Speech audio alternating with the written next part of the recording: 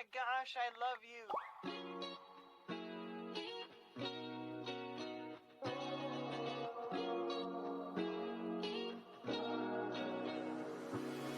I'm thinking about you muffin. When I wake up, I'm thinking about you muffin. You know our love was 10 times sweeter than candy, 10 times sweeter than cake. Thinking about you. Ding dong, trick or treat. I was knocking at your door every week, and I saw you on my fortune cookie. What a great gift, like a basket of goodies. But you were cold as an ice sea, and I got a little bit of a brain freeze. I can speak your language. If you just let me in. I don't need a dating app, 'cause I got a candy crush on you. But you broke me like a Kit Kat. Let my heart not fall, running in the trash. Now I'm scrolling and paroling through your Instagram feed. No, I'm not trolling, but you're all I wanna see. Insanity approaching, then I'm drinking Dusty like a Coca-Cola. Are we? I'm gonna keep the doctor away, 'cause you're my apple every day. Every day I'm thinking about you muffin. When I wake up, I'm thinking about you muffin. You know our love was 10 times sweeter than candy, 10 times sweeter than cake. Thinking about you. Alright. She's an angel, like a food cake. Got a halo and I'm looking like a double take. Stream with me, I'ma be a e-boy. We got my diamonds, hey, I know I'm a bad boy. I've been looking in a jar full of jelly beans. Fly me to the moon pie up in Tennessee. Maybe I'll find you, yeah, we were meant to be. With the ring pop, I'll get down on one knee. Marry me. Willy Wonka, Willy Wonka, I'ma be your chocolatier. Oompa Loompa, Doopity-Doo, you're the one I need, so have no fear. Can I call you my baby outside, the one of my dreams? Let me kiss you like ashes. I'm gonna keep the doctor away, 'cause you're my apple every day. And every day I'm thinking. What the fudge? Chat, I tried to unmute my audio like 10 times and it would not do it. Hello everybody, how are you guys doing today? That was, oh my gosh, the funniest award show ever. Okay, I need to give some background, chat. First of all, I just want to say, guys, I appreciate all the love and support. Yes, I think I probably could have had a clip in every category, but again, it's all in good fun, and I appreciate you guys taking it in good spirits. It's a fun thing. So yes, I do what I didn't know, but I was pretty sure what award I was going to get. And honestly, it's an award that I'm happy to get. So again, it's all in good fun. So thank you for taking it in good spirits. And just obviously, we remember, chat, your perspective can change a lot of things, right? And you can go from being, I know the battleship clip was a great clip, but again, there were hundreds of good clips. So for every clip of ours that wasn't included or wasn't nominated, first off, remember, it's all in good fun. And two, remember that there were hundreds of other people's clips that were also not nominated. Okay? So I'm just saying, keep that in mind, that there were so many good clips, literally nothing to be upset about. Okay? Okay, my guys. All right. I'm just saying, literally, it's all good. It's all in good fun. I understand. I appreciate you guys taking it with good spirits. Okay. Again, it was super fun. It was a blast. Now, let me give you. So, for those of you who don't know what I'm talking about, you guys, oh my gosh, the audio problems at the beginning were so flipping funny in ways you don't understand. Okay, I was watching the stream and I'm watching, and we had a big like call, right? Where everybody was in the same call. Okay. And the audio problems at the beginning, here's what happened. Okay. Like, obviously, you saw the audio. Oh my goodness, what's going on? It was crazy. It was terrible. I don't know what happened. I couldn't even watch it. It was so funny. I tried to watch it like on my phone, couldn't watch it. It was so I'm like, okay, well, I'll try and watch it. Like on literally something else, like on desktop. Again, no matter what happened, it just kept going wrong. I was like, oh my gosh, this is crazy. They ended up getting it fixed at some point or to a passable state. But here's the thing that I gotta fill you in on. Here's the really funny thing. We're in the Zoom call, okay? And at one point, do you remember when Slime was looking into the screen and talking and you couldn't hear anything? Do you remember that? Like that entire time you couldn't hear him say anything, right? You guys know what I'm saying about? We literally could hear his entire monologue, and he thought the entire stream could hear him. And it was so funny because he was only talking to the content creators, but none of you guys could hear it. And it was the craziest. It was so good. I wish I had recorded it. He just goes on this crazy monologue, just talking about like a bunch of stuff. And I'm just like, oh my gosh, this is so funny. Every single person in the call was dying. We were dying with laughter. It was so flipping funny. Like Philza was flipping dying. I was flipping dying. Tina was dying. Foolish was dying. Everybody was dying. It was so flipping funny. Oh my gosh, it was so funny. And it was just the whole thing. It was the whole situation. And here's the thing, right? Look, the audio problems, guess what? It's one of those things that, guess what? It happens. Literally, it happens. Like you're at some point, especially when you're doing something for the first time, there's always the potential for big issues, big problems. Obviously, it was one of those things where, one, it was really funny, and so I'm kind of glad it happened. But two, that can happen in any situation. So, literally, it was just really funny. I just think give a lot of grace to the give a lot of grace for the audio issues, okay? Because it was really funny. Then thankfully everything ended up working. And yeah, I saw they released the little egg figurines. They look very cute. And I am just happy. The award I won most time on the server. They should have called it the No Life Award. I think would have been a better name for it. Honestly.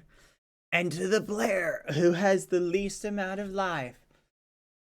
I mean, genuinely, the amount of time I played on that server, I'm fair. Like, chat, there were some categories they just didn't nominate me. I was like, but I was understandable. I was like, yeah, I know. I played the most on the server, so obviously I'm gonna have a lot of time and a lot of clips and a lot of things like that. But it was so funny. And that's the thing. I couldn't ask for a better award than that one. So I'm very happy. So it's not a big deal. I'm just saying it. In fact, I'm very happy. So look on the bright side, chat. We won the best award we could possibly have won. And honestly, it was all good fun. Thank you, Isbeans, by the way, for the 5 gifted. But yeah, I hope you guys enjoyed the award show experience. It was something else. It was truly funny. Like, I genuinely, I have never laughed so hard than at the beginning. I laughed so flipping hard. You have no idea, chat. I was dying. Oh my gosh, it was so funny. I'm sorry, it was so funny. You think that's all the chaos just reflects TQSMB? It kind of does. The cake bit was really funny. It was great. It was genuinely great. It was an experience. Gosh, it would have been cool to be there in person. Food for thought. But anyway, I hope you guys enjoyed it. And again, I appreciate you all taking it in good stride and doing your best to represent the ghosty community in a positive light everywhere you guys go. I appreciate that. Where was I? Okay. I'm loading up chat, the Stanley Parable. And here we go. Are you guys ready? The Barbie. Oh, yeah. Can we talk about that? Why on earth did they use the Barbie clip for that one? Why? Can we have a conversation about that? That's the only thing I was annoyed about. I was like, seriously? Seriously? They used that one out of every clip? They used that clip? I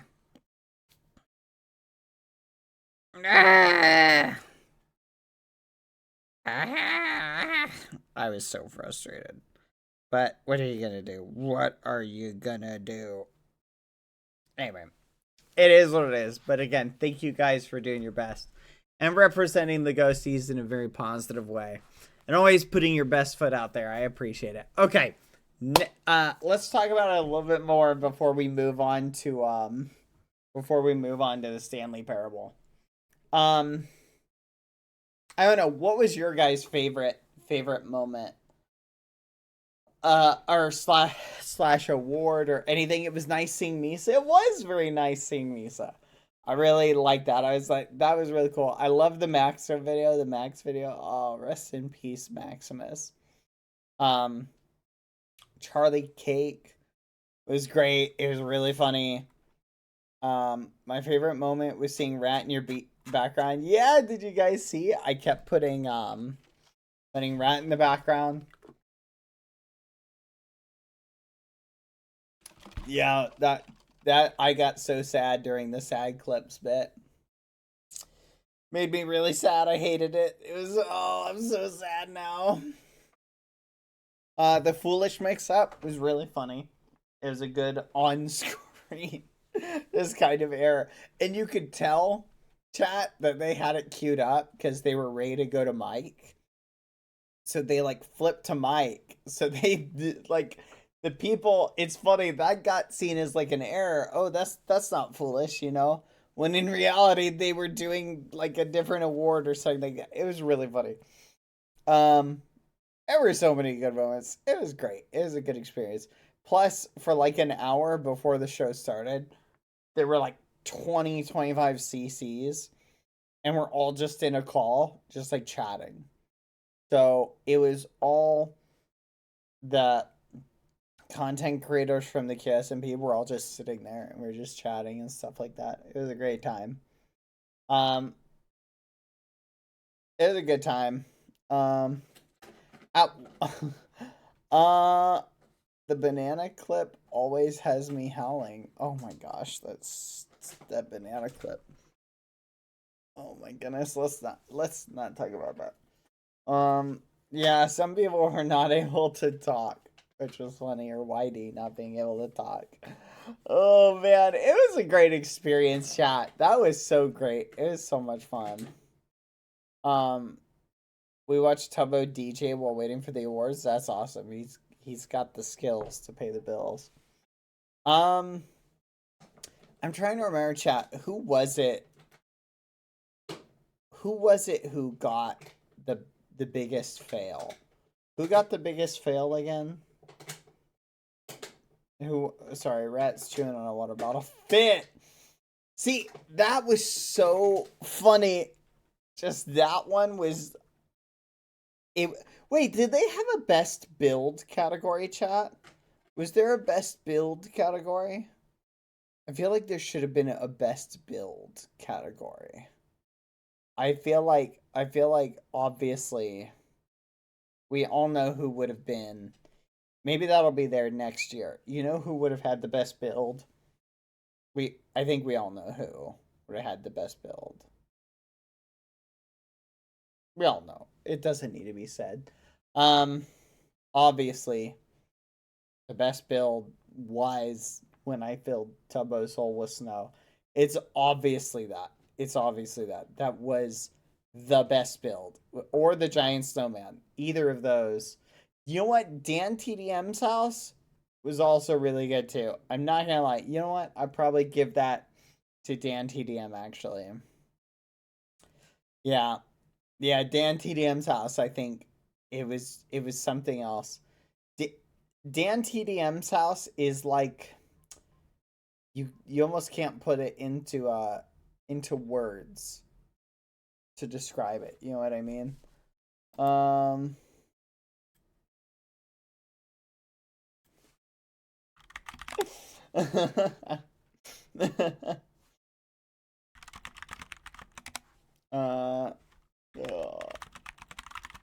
Sorry, chat.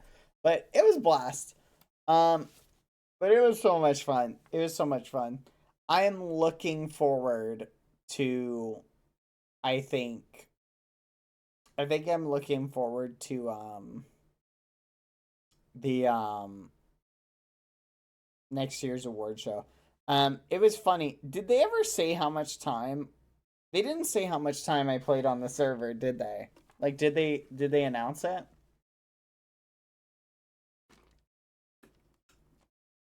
No? Oh, good. That would have been embarrassing. Oh my gosh, thank goodness. You know what I thought would have been funny, though? I was just sitting there, like, right at that point. Do I know how much time? Yeah, I do know how much time. You know what I thought would have been funny? I'll tell you what I was sitting there thinking would have been really funny. Just because we all kind of knew, I was debating whether they were gonna do this.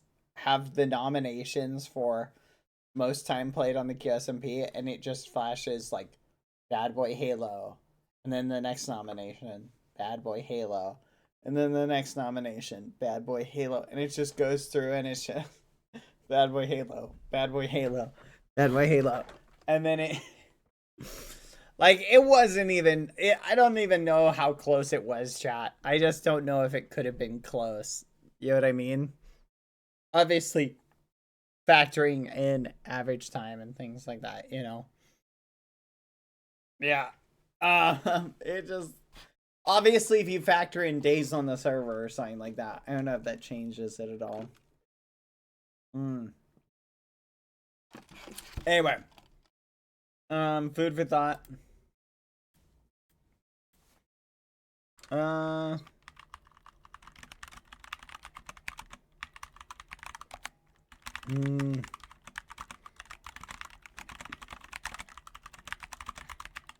Sorry, chat. Just periodically taking time to respond to people. But anyway, it was a blast. I loved it. It was a blast. Let's go. Anyway, pretend B got sprayed with bug spray, and that's why they donawalled my amazing message. Oh, sorry, chat. I'm searching. Oh, chat. Last night, I spent the entire day trying to figure out how to get the audio on my desktop to go through the translator. I could not figure it out. Literally. I tried for hours, chat. So I give up. I literally give up. But I'm still going to figure it out, because if I play future games with more audio, I will. Sorry, I'm reading some messages in the chat. Forgive me. LMAO get perceived. What? Hold on. Sorry, chat. I'm reading some of the memers in the chat. Crab got juked. Okay. Chill, chat. Stop. Stay on topic. You guys are jumping around and I can't figure out what's going on.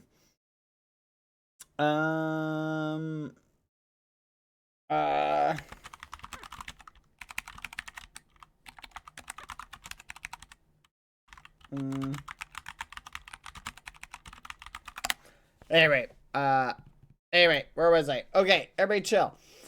Stay on topic. Stop reading chat. No, be appropriate in my chat. Whatever you guys are talking about. What was your favorite award? My favorite award, I think the prank one was kind of funny, but I also liked the language interaction award because it was kind of nice to see like the interactions like with the languages and things like that. Oh my goodness, chatters, ghosties, stop it. Stay on topic. Here we go. The whole show I couldn't stop laughing. Yes. Yes, it was great. Nikki got the poorest award. She got being the poorest. I thought they would have a richest award too. But they just had the poorest award. I was like, good gosh. No richest award, but have the poorest award. I feel like I'm not gonna lie, chat. I feel like some of the categories were kind of like, hey, who doesn't have an award that we can give an award to? Like, they were just like, hey, we need to give some awards to people. Make an award. All right, what is this person known for? Oh, yeah, give him that one. I was like, good gosh. Oh, the poorest award. Oh, my gosh. I was like, oh, my goodness, that's crazy. It like a participation trophy. Nah, it was great. It was great. It was great. It was a good meme. And obviously, like, not everybody can win an award. Like, and obviously it's an award show. It's all in good fun. You know what I mean? I don't think even if, you know, anybody had not won an award or anything, I don't think anybody would have cared. You feel me? Like, it's not a big deal. And I think everybody kind of feels that way. So it's all fun. Okay. So today, chat, for those of you who did not keep up with yesterday, okay, the cake bit was really funny too. The whole cake bit was so flipping funny. Been a reward for the most angst roleplay. Oh my gosh. I will say, like, the angst moments, like, and stuff like that were, whew. It was something else. It was interesting, chat. It was interesting. Oh, look at that. Hold on a second.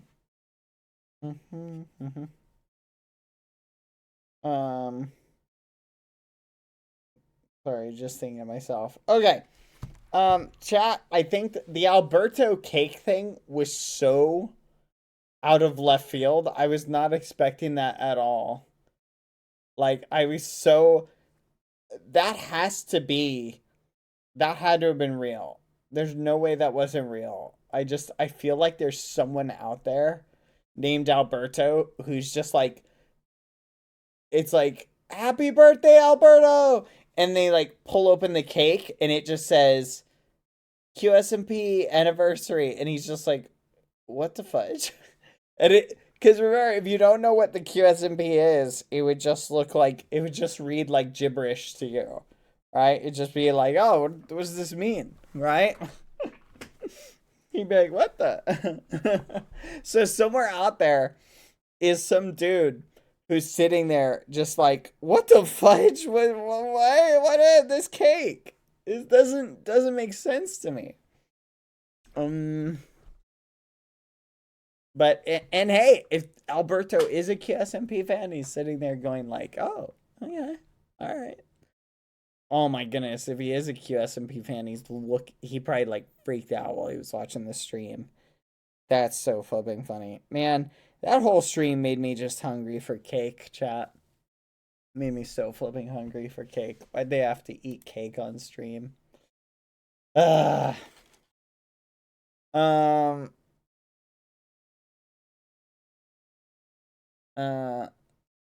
Let them eat cake. Yes, let them eat cake. Oh my goodness. All right. I feel like we're going to take this Stanley parable freedom is found in buckets. All right, chat. I think we're going to potentially do a little bit more Stanley Parable. A little bit more Stanley Parable. Okay.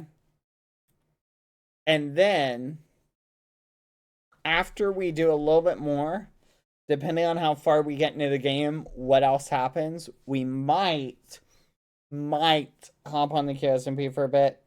But I think I also might just keep this stream short and sweet and to the point. You feel me? Just not too crazy. You feel me? All right. But just a very relaxing, enjoyable stream. You guys just enjoy the ride. And let's get right into it, chat. Oop-a-doop-a-doop. Oh, also, no, what's the word? Oh yeah, I put in my time yesterday when I was testing something. For a minute there, I was worried that you were taking all this seriously, but you've proven me wrong. We played this yesterday, chat. We're going to play more of it today. I think you'll like it. Here we go. Of course. I guess I have no... Oh. Heck, for all I know, it could actually be solved right now. This is crazy. Tell you what, let's use another slider to get to the bottom of this. How accurate? I mean... Oh, I put this in a little bit ago. What the fudge? This is... You know what? This is super inaccurate. You know, can I just say, regardless of the accuracy of the clock, I'm having a great time adjusting these settings. I feel like I'm learning more about you and how you like things to be set. It's good to collect data. I wish we had more sliders, but we've gone through all the sliders I have. Perhaps I can invent some new sliders to gather new data on you. Shouldn't be too hard. Yeah, let me whip a couple ones up. What the fudge? Should be ready by the next time you boot up the game. That's crazy. What the fudge? Oh, we're back, by the way. We're playing the Stanley Parable 2. It's pretty interesting, I will say so. This is a limited version of the game. Yeah, I'm just saying you may not know about this one. Yeah. Reboot the game for sliders? Maybe at the end. We might do that.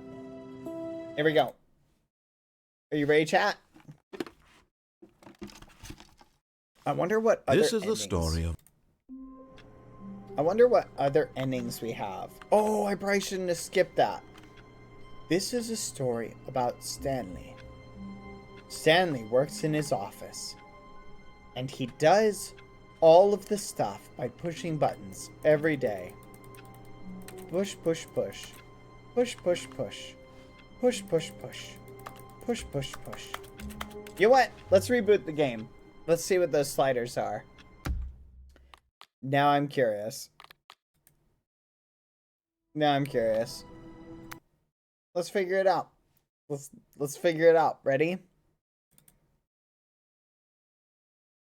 And I can play the beginning for those of you who missed it yesterday. Here we go. There we go. Please adjust the slider until the computer is barely visible.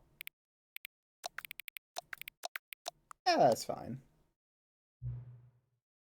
Please adjust the slider until the dog and cat are friends.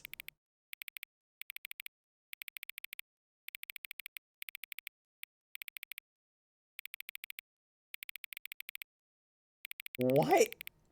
Okay. I feel like they're not friends, not friends, not friends. I feel like this is pretty friendly. This is like way more than friends. Yeah, they can't be touching. Right about there. I think this is like pretty good friends. Please adjust the slider until the number 5 becomes the number 9.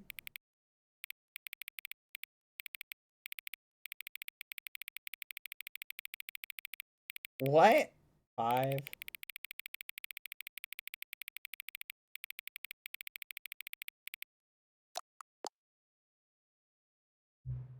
Please adjust the slider until you stop adjusting the slider.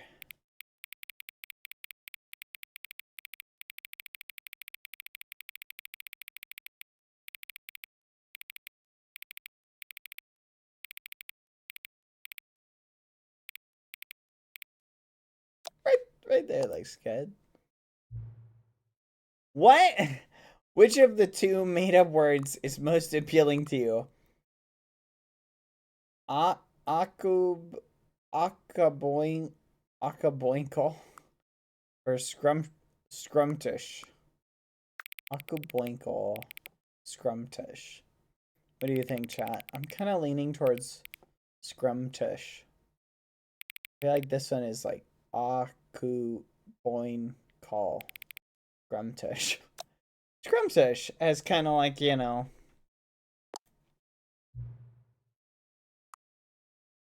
Please don't adjust the slider.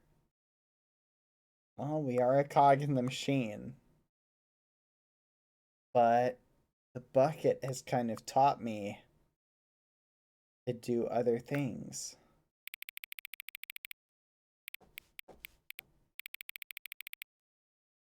Yeah, okay, we'll put it back.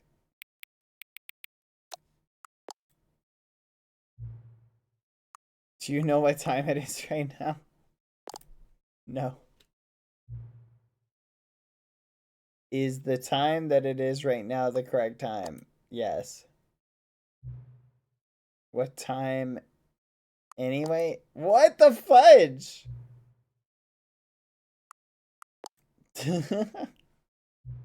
Help? Yes. What?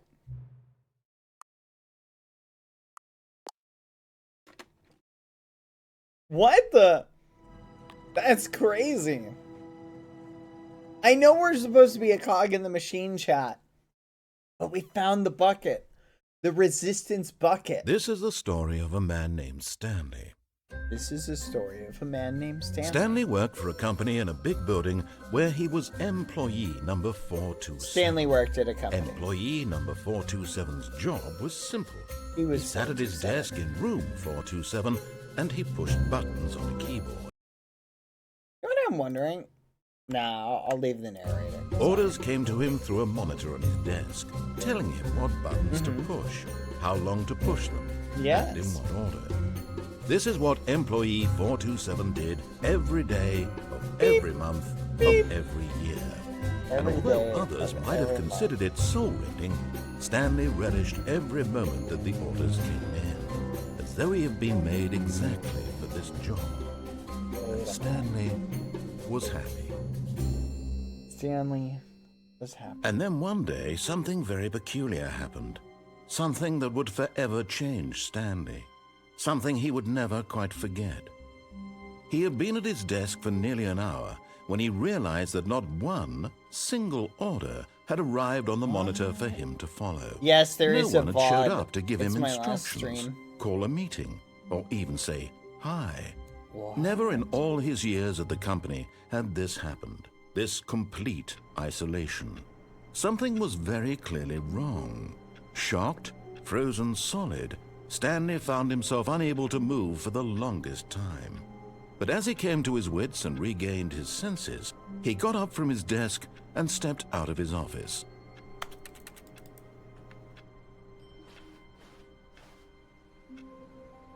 All of his co-workers were gone. What could it mean? Stanley decided to go to the meeting room. Perhaps he had simply missed a memo.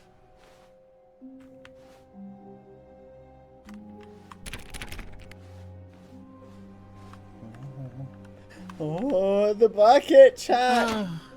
The embrace of an old friend, a weathered companionship that stands the test of time.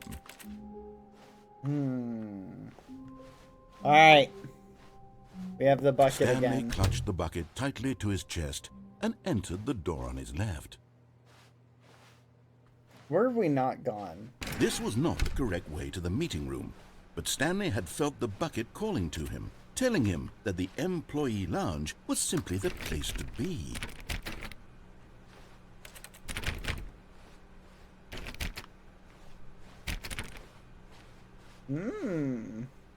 And here it was. Had the bucket turned out to be correct? Was this better than the meeting room? Yes, Stanley thought to himself. Yes, perhaps it truly was. How insightful the bucket turned out to be. All right.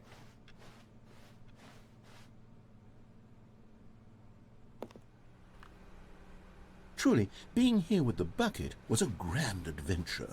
Stanley reflected on all they'd been through together. First, walking through the door on the right. Then walking to the lounge. Then arriving at the lounge. What a thrilling journey the bucket had inspired. You know what? Maybe we'll just hang out here for a little bit. Perhaps this was where the bucket felt most truly at home. Here in the employee lounge. Perhaps it's the only place a bucket can even feel at home.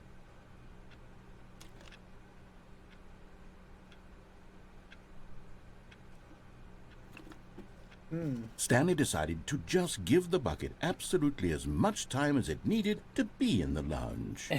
Clearly, the bucket and the employee lounge shared a special connection. This bucket, it just needs some time, chat. The bucket just needs some time in the lounge. Oh, what do you think, bucket? Look. Isn't it wonderful? Bucket? What do you think, bucket? Isn't it wonderful? Oh, maybe we should get a cold drink. Let's see. We have blue drink, green drink, red drink, purple drink, yellow drink. What do you think?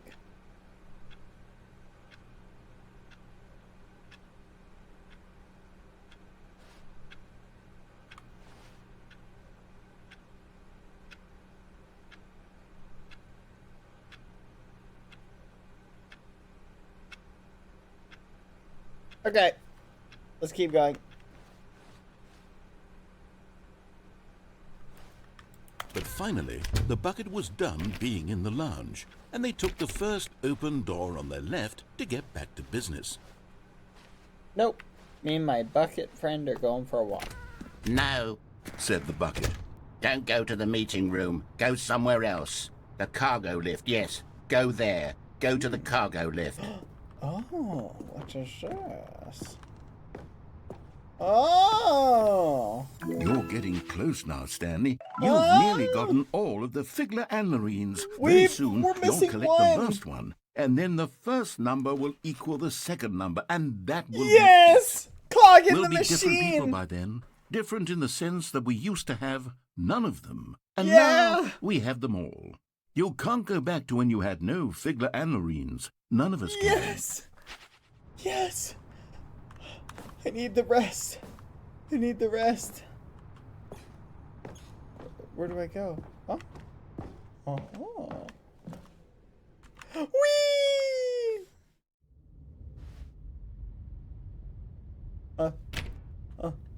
What? What? Okay. Hello? Hello, just a simple cog in the machine. Looking for some collectible merchandise. Oh. Okay, this is day number 295. Tape number... I don't even know. I've lost track. Nothing feels real anymore. The longer I study this What bucket, the fudge? the less sense anything makes. What? The sheer euphoria I feel every time I pick it Yes. up. Every time No I matter pick it how up. many times I've done it, it's Yes. always the same feeling. Euphoria of the And bucket. the emptiness in my chest when I set it down. Yes. It doesn't make sense. Yes, the bucket. There's no explanation for it. Yes. I still haven't figured out why I see the world so differently when either. this bucket is in my arms. why Bucket! everything feels so... What do I do with this treasure? I can monetize it. Yes. Put it on merchandise. It's unthinkable the amounts of money people will pay for even just an hour with the bucket. Yes. This is my golden ticket. Yes. But I have to be careful, because as soon as this gets out, there's going to be a target on my back. Yes. Even now, I don't know who might be trying to get... What's that? Who's there? Yes. Give me the bucket.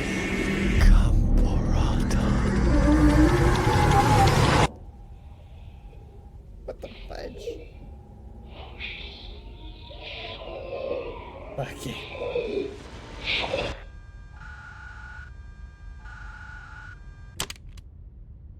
Bucket. Bucket. Bucket. Bucket. Bucket. Bucket. Where are you, Bucket? All of his co-workers were gone. What could it mean? Stanley decided to go to the meeting room. Perhaps he had simply missed a memo. The bucket made Stanley want to be a better man and a better co-worker. In time, perhaps, he would become both of those things. They're coming for you. They're trying to take you away from me. Stanley clutched the bucket tightly to his chest. This was not the correct way to the meeting room. But Stanley had felt the bucket calling to him, telling him that the employee lounge was simply the place to be. I'm not gonna let them take you. You're my And here bucket. it was. Had the bucket turned out to be correct? Was this better than the... No, never mind. The bucket was wrong. The bucket is never Stanley wrong. took the door on his left to go back to the meeting room. No, they just want my bucket. We gotta find a way out. We gotta find a way out. Come on. No, said the bucket. don't go to the meeting room. Go somewhere else. The cargo lift, yes, good, said the bucket. Now ride the lift all the way to the top. There's something up there I need you to do. Okay. Stanley did not question why or how this bucket was speaking to him. It should have alarmed him, of course, because buckets can't talk. But Stanley chose not to think about this obvious fact. He was firmly convinced that the bucket had spoken to him, and he unthinkingly did whatever the bucket asked. They're coming. But I won't let them take you. In here, said the bucket. Go into this dark room over here. My precious Stanley bucket. once again obeyed blindly. Yes. Let's go. Let's go. Now pick up the phone, said the bucket. Pick up the phone, and it will take us back home, where we can go about life together. Are you sure? Are you sure?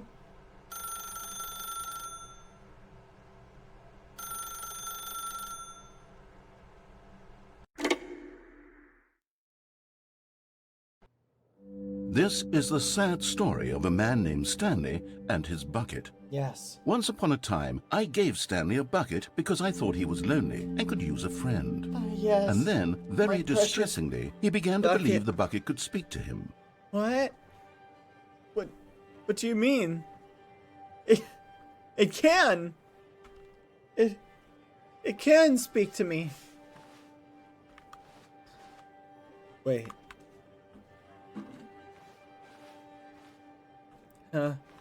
Hello? Wait a minute. Wait a minute. Where's my bucket? Where's my bucket? My bucket! Where is it? Where is it? God. Oh, hello. Hello, Stanley. It's me, your bucket. Press X to take me to work with you. Okay. Come on. The Stanley Parable Reassurance Bucket was merely meant to provide the comforting glow of companionship. What? It doesn't literally talk and give you orders. No. Whatever Stanley is hearing the bucket say to No. him is just in his head. Bucket! Oh, there you are. I was wondering where you went. You know we have so much work to do. There's so many orders to get to.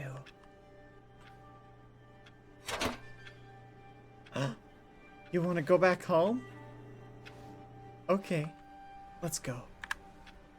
Lately, I've been concerned about him. Wouldn't you be concerned as well?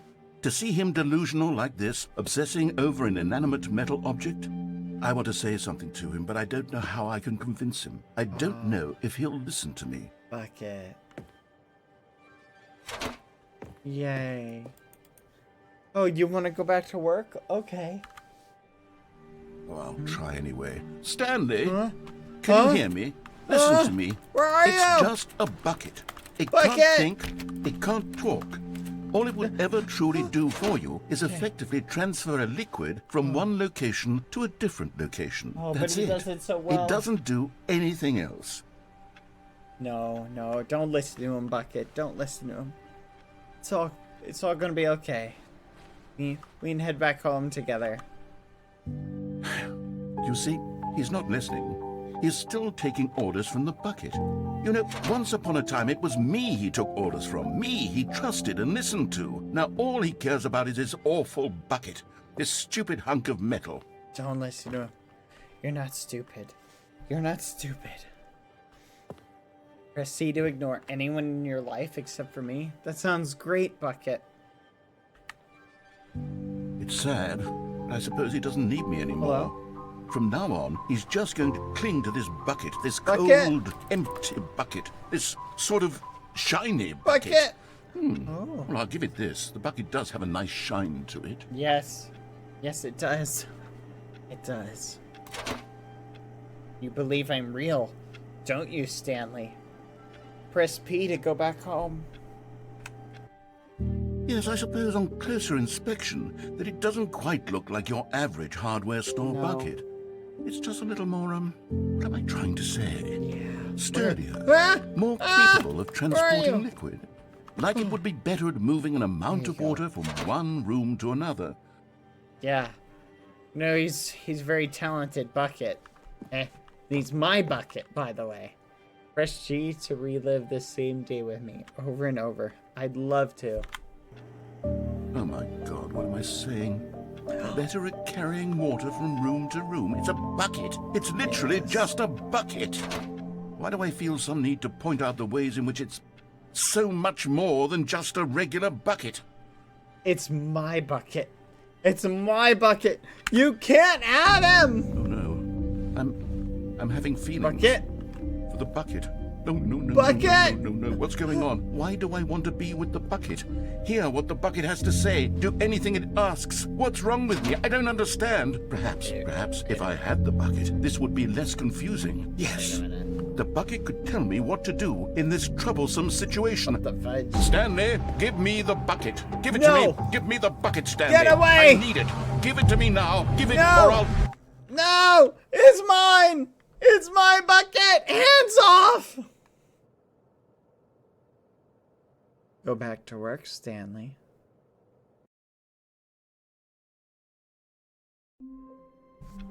Huh? Huh? Where am I?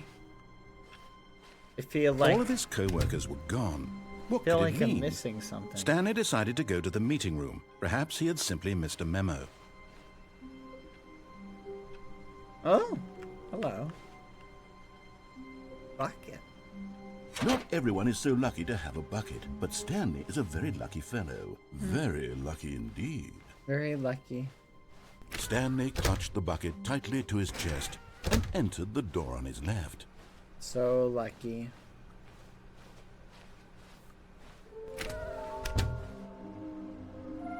Trust the completionist instinct. We only need one more.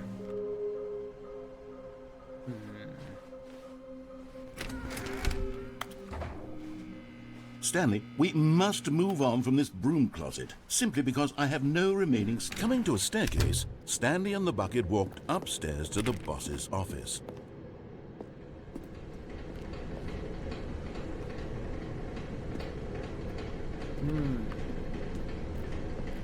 Where have we not gone, chat?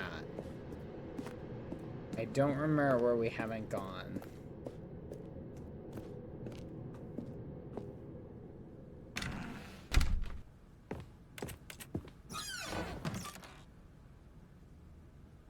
Money in the morning, money in the evening, money for breakfast, money crisp. Alright. That's true. We did not go with the bucket downstairs. No. And we haven't.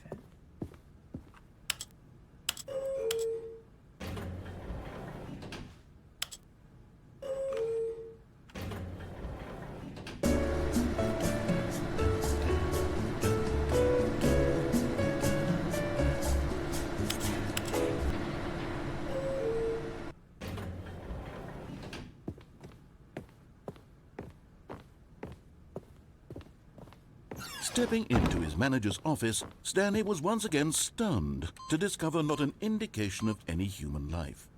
Crushed by the weight of this revelation, Stanley may have broken down into an emotional dumpster fire, but Stanley guessed the correct code by sheer luck. Was it the bucket knew all along? Was the bucket guiding him? Yes, this is certainly the most logical explanation. Yes. Yes.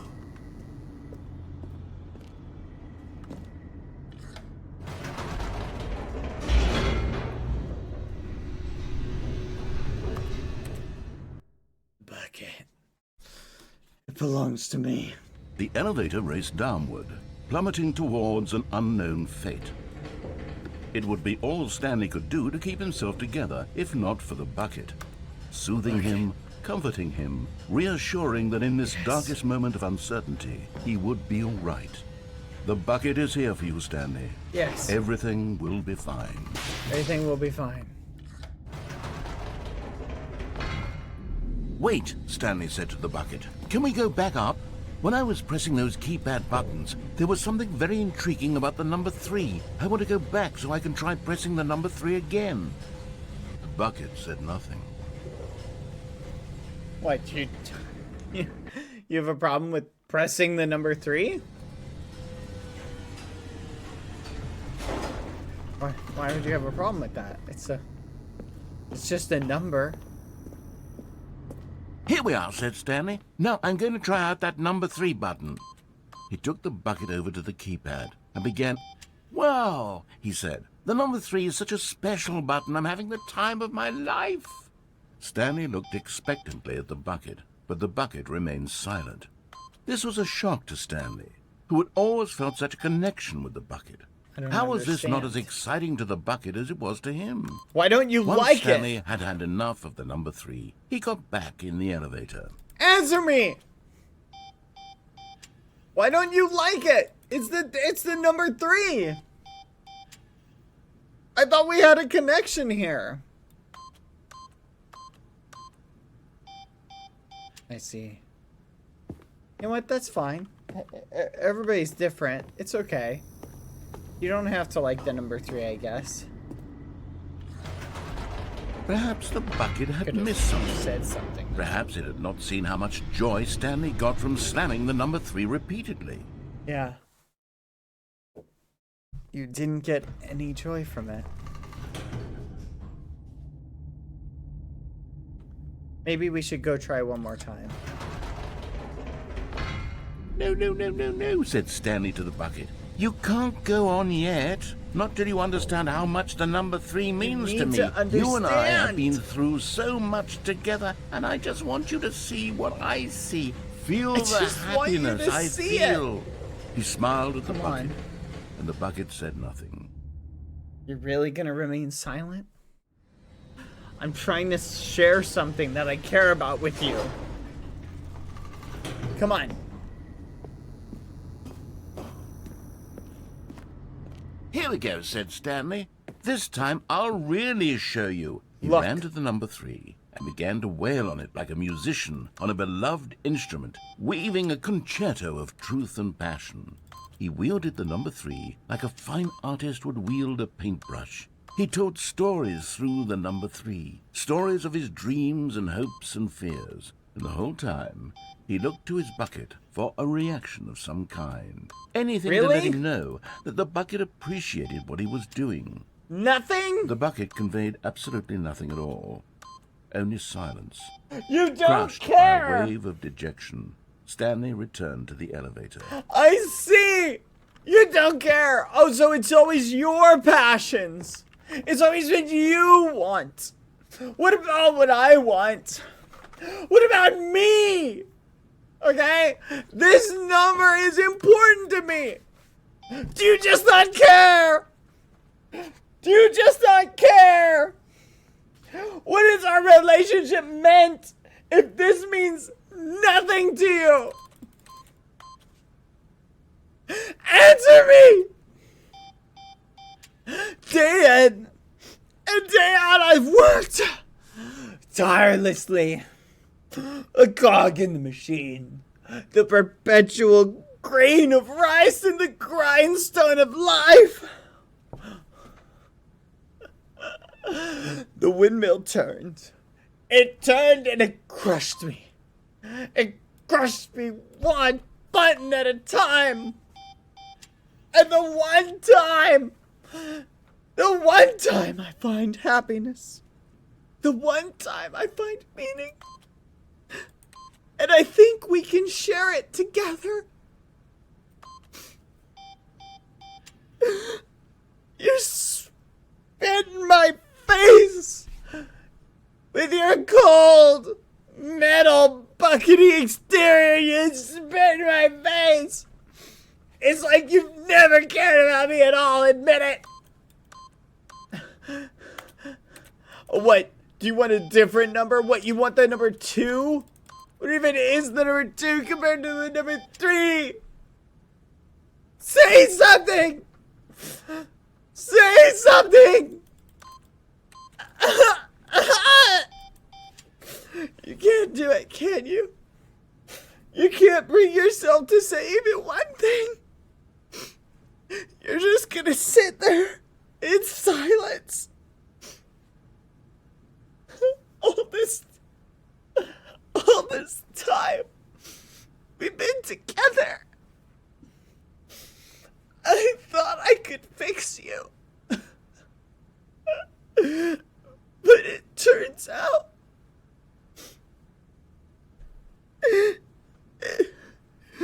you've just been cold and empty the entire time.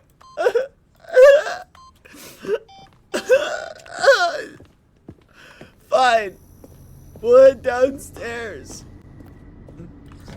Stanley and the bucket were so close. They'd always been there for one another. Why suddenly could the bucket not connect with this passion of Stanley's?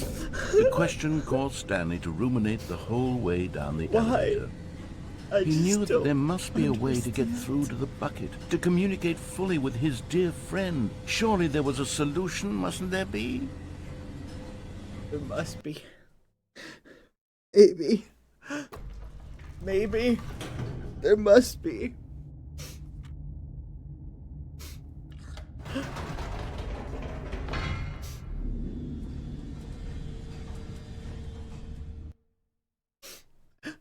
Maybe.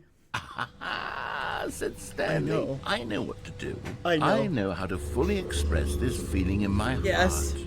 He decided right then and there that he would hold a press conference where he would speak to the public on all matters relating to pressing the number 3 over and over. He would elaborate fully on what the number 3 meant to him and why he felt so alive when pressing it. Yes. Then the bucket would be able to see his joy through the eyes of others. It would get to see the world react to this discovery of Stanley's. A press conference. And it would be through the public eye that the bucket would finally understand Stanley's work. Yes, that's it. That's what I'll do. For months, he advertised and marketed his press conference, building excitement around it, developing and rehearsing it, until it couldn't be refined a single measure further. Are you ready? When the big day arrived, Stanley was as prepared as he'd ever been for anything in his life. I'm going to show you the glories of pressing the button number 3. Are you ready? One last chance to win the bucket over. Here we go. One opportunity to share a true connection with a loved one. I'm ready. There was no one here. Nobody had come to the press conference to hear Stanley speak, to listen to him talk about what it really means to press the number 3 on a keypad over and over. He was unloved, uninteresting, he was a failure. And in that moment, Stanley knew the bucket would never again take him seriously. There would be no connection, no deeper understanding. I knew it! The bucket merely sat there in his arms, indifferent. And so it began that slowly, over many years, the two of them grew more and more distant.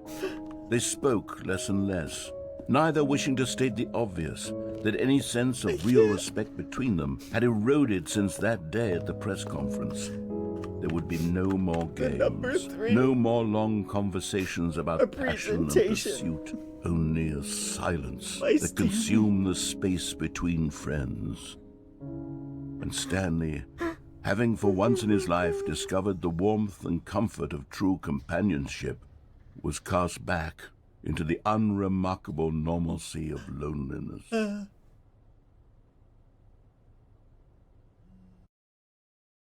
Woe is me.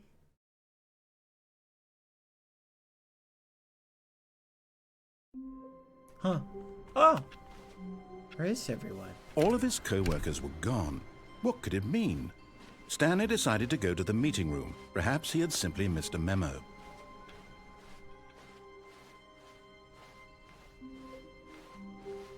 When Stanley came to a set of 2 open doors, he entered the door on his left.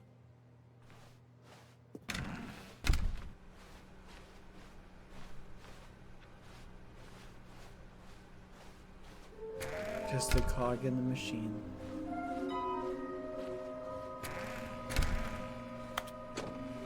Stanley stepped into the broom closet, but there was nothing here, so he turned around and got back on track. This is where I belong. I belong here. There was nothing here. No choice to make, no path to follow. Just an empty broom closet. No reason to still be here. The broom closet understands me. This is where I belong. It was baffling that Stanley was still just sitting in the broom closet. He wasn't even doing anything. At least if there was something to interact with, he'd be justified in some way. As it is, he's literally just standing there doing sweet FA. The broom closet. I can fix him. I belong here. Are you really still in the broom closet? Standing around doing nothing? Why? Yes. Please offer me some explanation here. I'm genuinely confused. I belong here.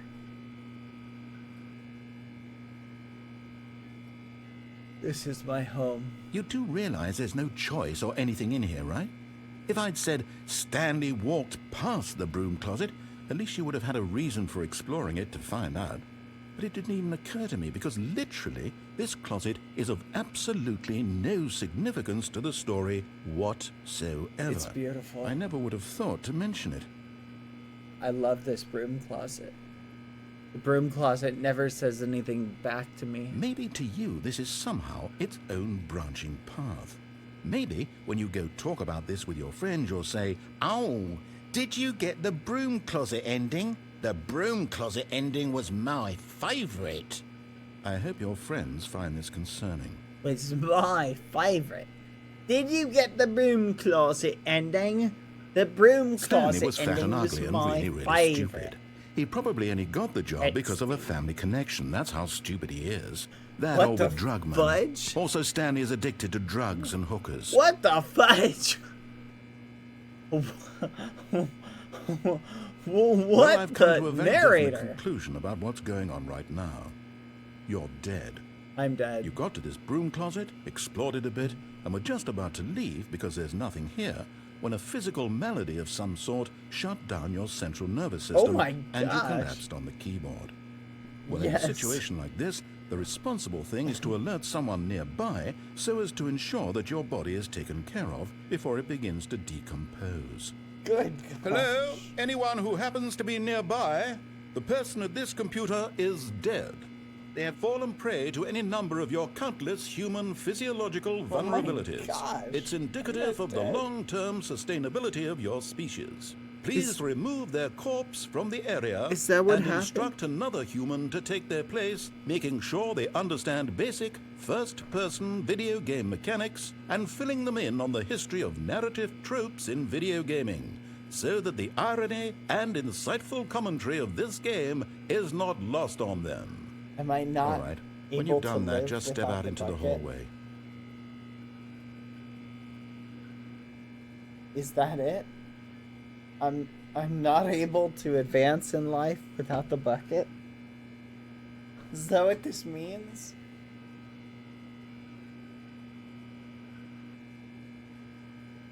Is there any more to this chat? Should I keep waiting, or was that it?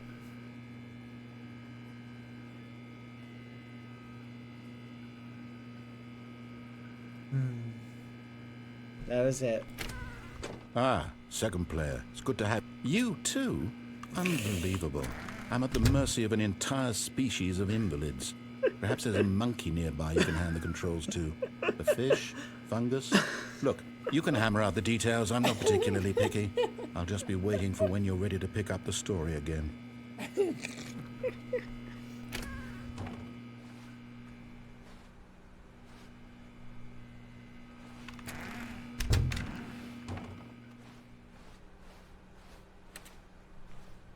Coming to a staircase, Stanley walked upstairs to his boss's office.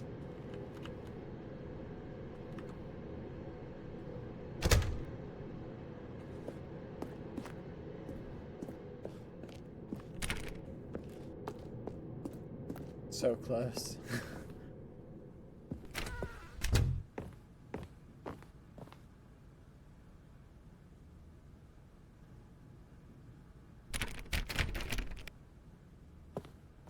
Stepping into his manager's office, Stanley was once again stunned to discover not an indication of any human life.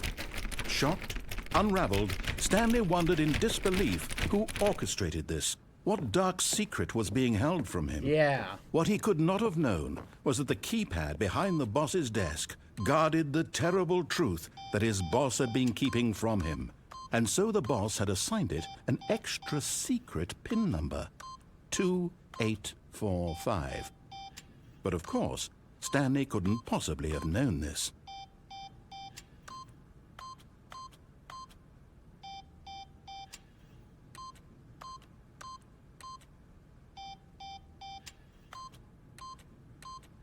Stanley just sat around twiddling his thumbs.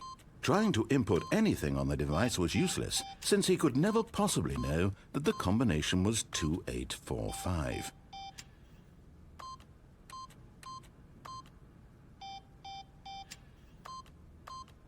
Two, 8, 4, 5.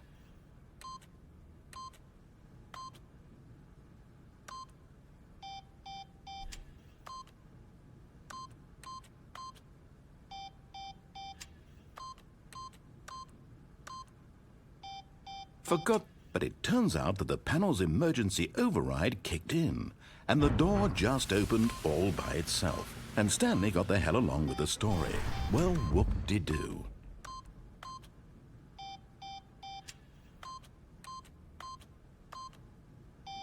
All right.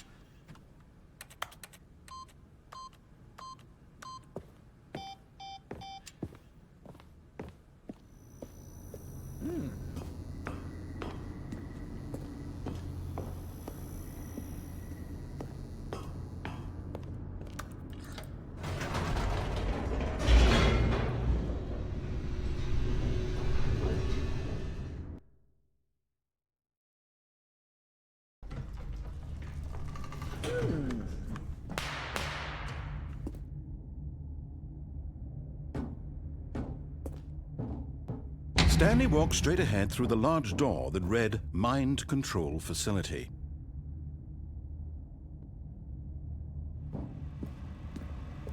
Although this passageway had the word Escape written on it, the truth was that at the end of this hall, Stanley would meet his violent death. Yes. The door behind him was not Can't shut. live in the world without Stanley the still had bucket. every opportunity to turn around and get back on track. At this point, Stanley was making a conscious, concerted effort to walk forward and willingly confront his death. Yes. A life without the bucket is a life not worth living.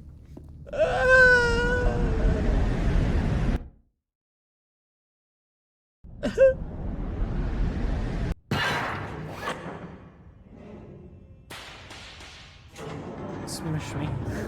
As the machine whirred into motion and Stanley was inched closer and closer to his demise, he reflected that his life had been of no consequence whatsoever.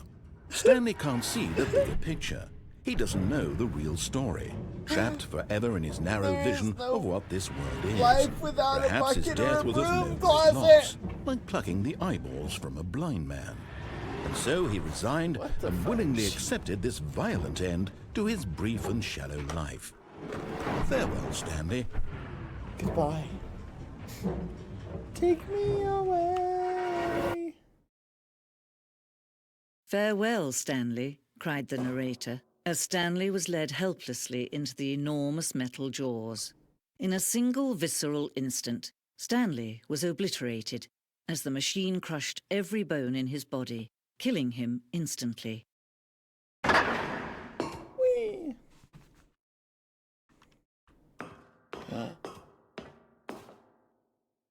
And yet it would be just a few minutes before Stanley would restart the game, back in his office, as alive as ever. What exactly did the narrator think he was going to accomplish? When every path you can walk has been created for you long in advance, death becomes meaningless, making life the same.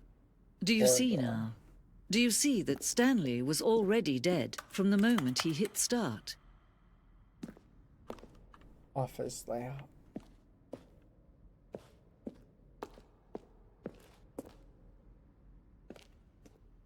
Oh, the two doors. But my bucket, where is it? Bucket. Bucket. Bucket.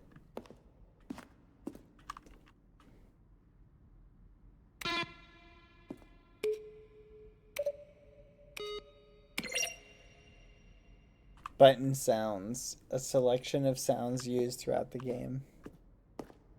Oh, credits.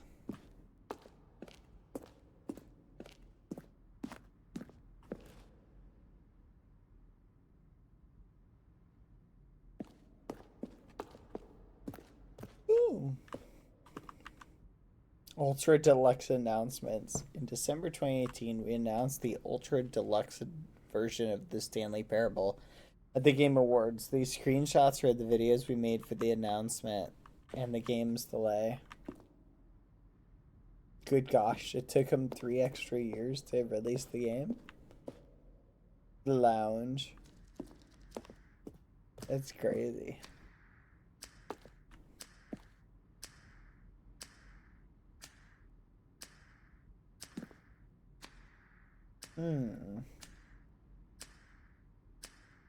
Not picking up the phone would lead to a different ending? Wait, what? I gotta go do that. Cargo lift was always intended to offer the choice of staying on or jumping to a different path. However, after this early version, we decided that we also wanted the option of the player falling to their death. Okay. The second version is functionally the same as what's in the final game, but we wanted to look more like a place where cargo was actually stored. Oh.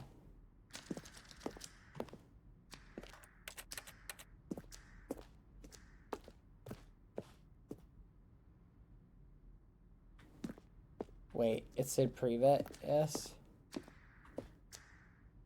Previous version of the choice leading the apartment ending. Ah. Previous.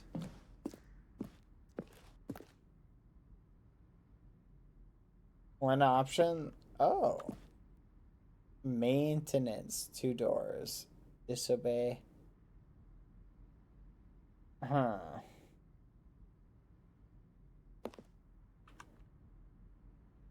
Okay.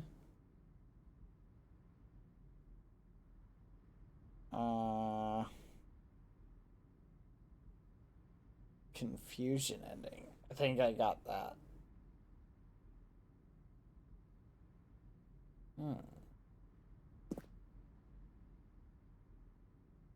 Obey, staircase, disobey.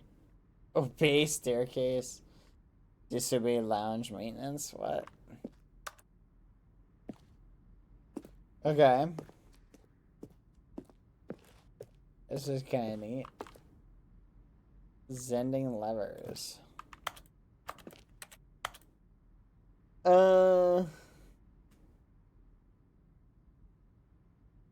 Okay. Trailers.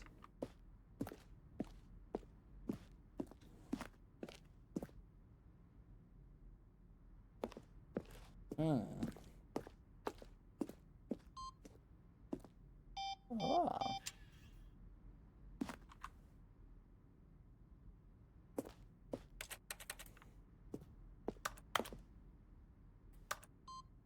This is crazy.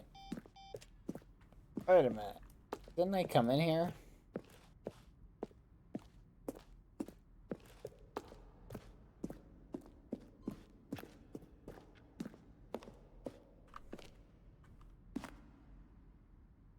Screens from the development of the boss's office. Okay.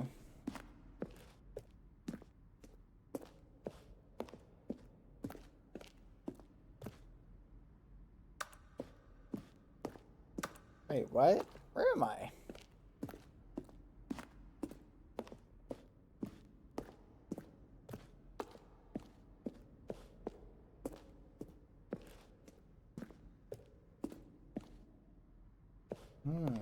Something is fishy. There. Shoot. Well, try the other one then. Narration outtakes.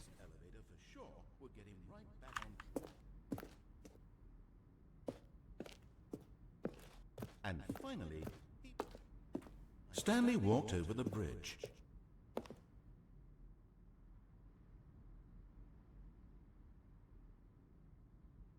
Now look closely, Stanley.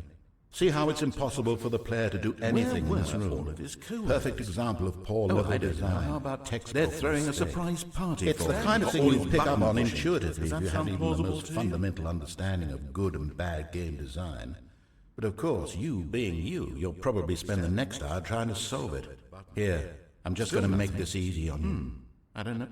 Well, in that case, I'll tell you what. You win. Congratulations. You did it. I know you put in a lot of hard work, and it really paid off, so good job. Alright. What do we do now? Here, give me a second, chat. I'll be right back. Stanley, I'm gonna get a cup where are of you coffee. right now? Help stay awake. Where am I? Stanley pushed the I'm numbers. trying to figure out, but I can't. Stanley, Hold on. who am I? Can you speak to me? Please talk. Have we done this before? Have we been in this room before? How many times have we done this? How many times have I said these exact words? Say something. Anything. Help me, Stanley. I don't know who or what I... Step. It's the kind of thing you'd pick up on intuitively if you had even the most fundamental understanding of good and bad game design. But of course, you being you, you'll probably spend the next hour trying to solve it. Here, I'm just going to make this easy on you. And finally, he pushed the number 9. Stanley pushed the big red button. Stanley pushed the orange lever. Oh, for crying... Is this that other building? Stanley stood on the roof.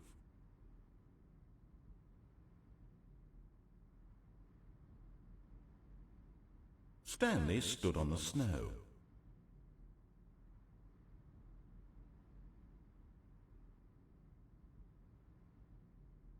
Stanley stood on the snow.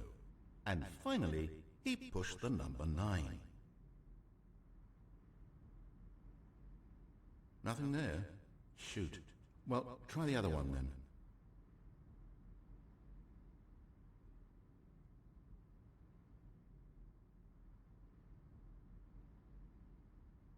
Stanley pushed the orange lever. Then he pushed the number 8.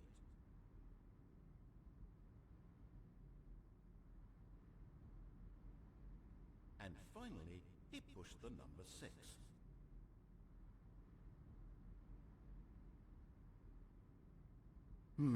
Let's see. Stanley walked through the green door. Stanley walked over the bridge.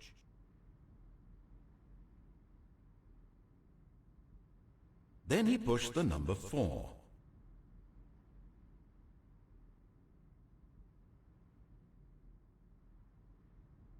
When Stanley came to the lift, he traveled upward to the power source at the top of the facility to end this injustice Stanley forever through the green door.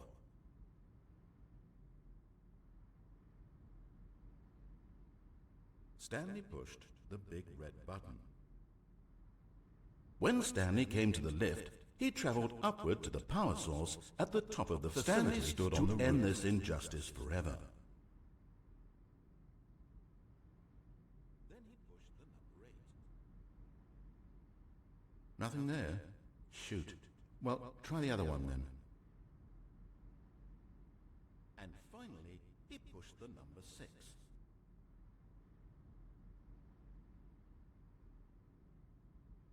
Stanley pushed the big red button. Stanley pushed the number 6. Stanley pushed the orange lever. Now then, this elevator for sure will get him right back on track to where he was supposed to be. Stanley walked over the bridge. And finally, he pushed the number 9.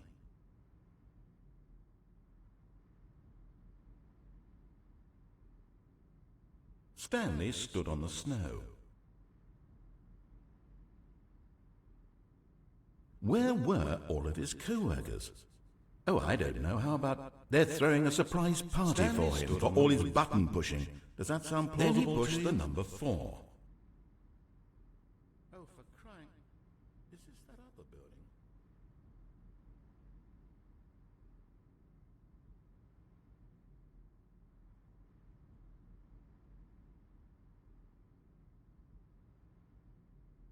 And finally, he pushed the number 6.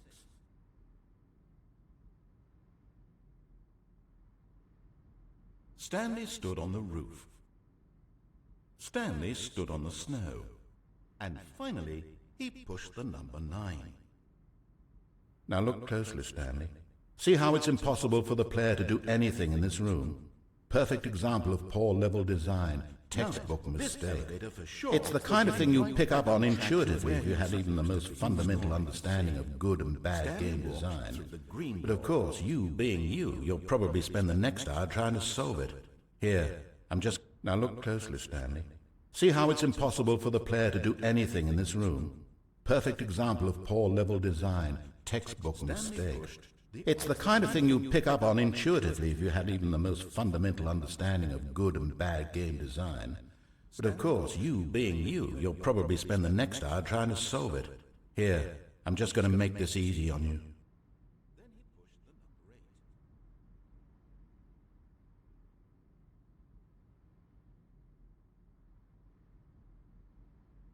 Where were all of his co-workers? Oh, I don't know. How about they're throwing a surprise party for him for all his button pushing? Does that sound plausible to you? Stanley walked over the bridge.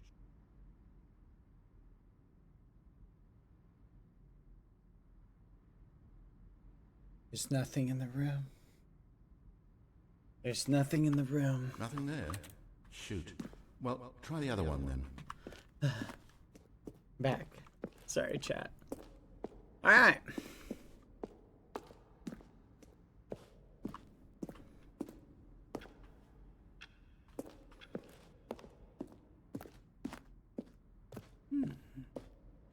Hello. Hello. Hello. Hello. Anyone there? Anyone there? Anyone there? Cucurucho! Oh. Oh. Anybody? Anybody? Anybody? Hello!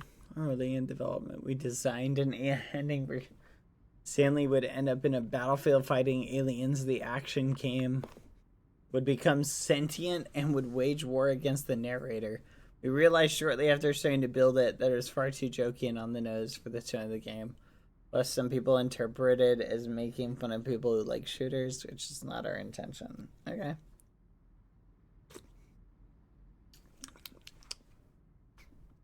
Hello? Hello? Cucurucho! Are you here?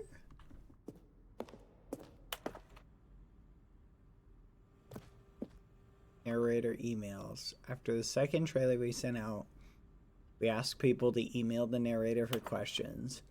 While we had initially planned to use these further promotional materials, we never found the perfect use of them. Here is a selection of these emails. What do the lights at the control room do? I really want to know. Montgomery Jones. I am Anthony Elias, business broker. Please partner with me in a very rewarding business venture. Details will be sent to you if you're interested. Hi, Mr. Narrator Guy. I have a question for you, sir. And it is, what is your message today? There's a skeleton inside of you. There are more skeletons in this world than humans. Thanks and goodbye, Civ. Huh. Am I Stanley? Are you spying on me? I don't what? Why? How?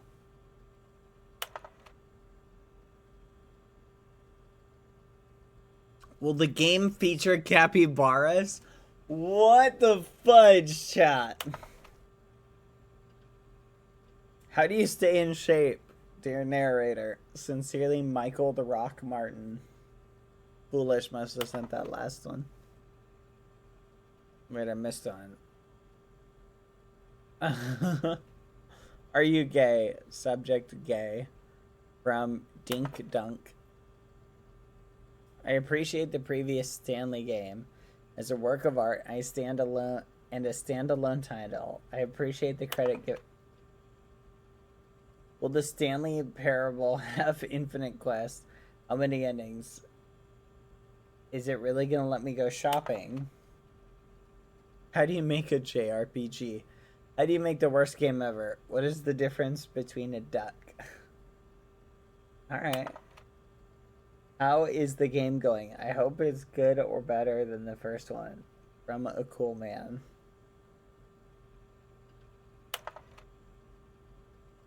Are you a rock? Yes. How'd you know?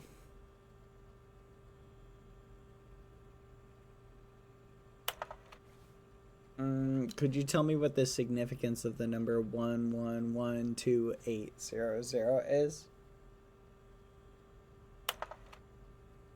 Well, the thing I want to know is what would you do if Stanley entered any other rooms? I have burning questions.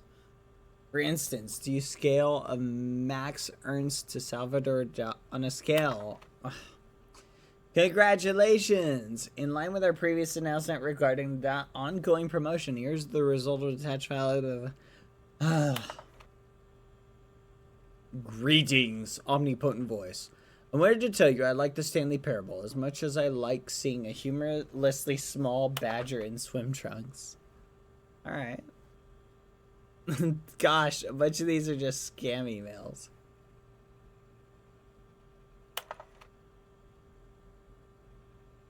Dear Strong Bad. How do you type with boxing gloves on? It's very difficult, but I'm able to do it. What do the lights in the control room do? Oh, we're back around.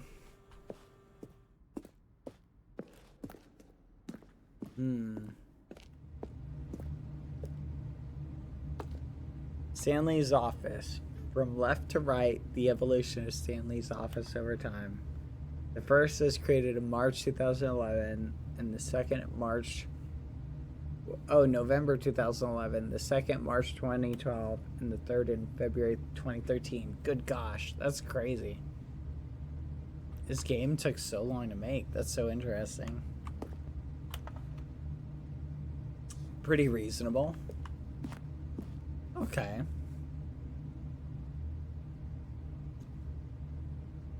A little more straightforward. Kind of Kind of chaotic, I like.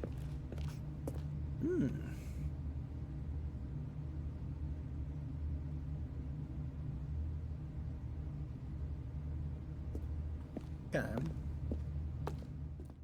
This game was originally made in Gary's mod. That's kind of interesting.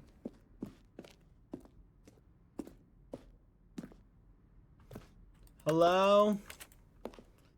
I have no idea how to get out. Oh, look at these two. How they wish to destroy one another. How they wish to control one another. How they both wish to be free. I want to be free.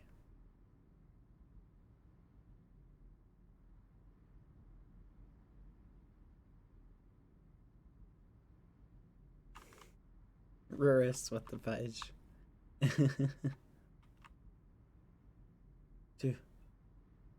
Do I flip it? I will.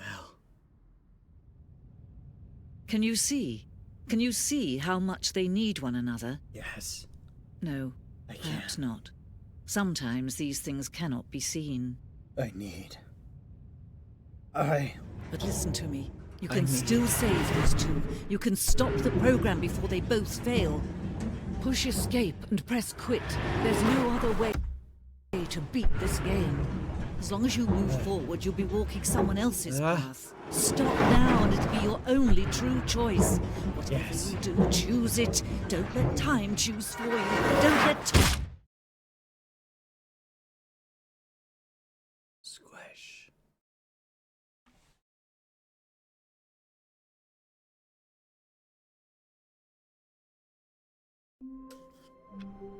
Huh?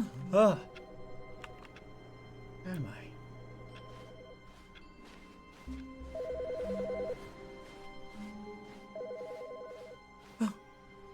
Oh. Bucket. It takes a lot of humility to carry a bucket so magnificent. Stanley checked his ego and then proceeded onward. Stanley clutched the bucket tightly to his chest. This was not the correct way to the meeting room, but Stanley had felt the bucket calling to him, telling him that the employee lounge was simply the place to be. It's such a shiny bucket. And here it was. Had the bucket turned out to be correct? No, never mind. The bucket was wrong. Bucket. Stanley took the door on his left to go back to the meeting room. And so the two of them detoured through the maintenance section and walked straight ahead to the opposite door.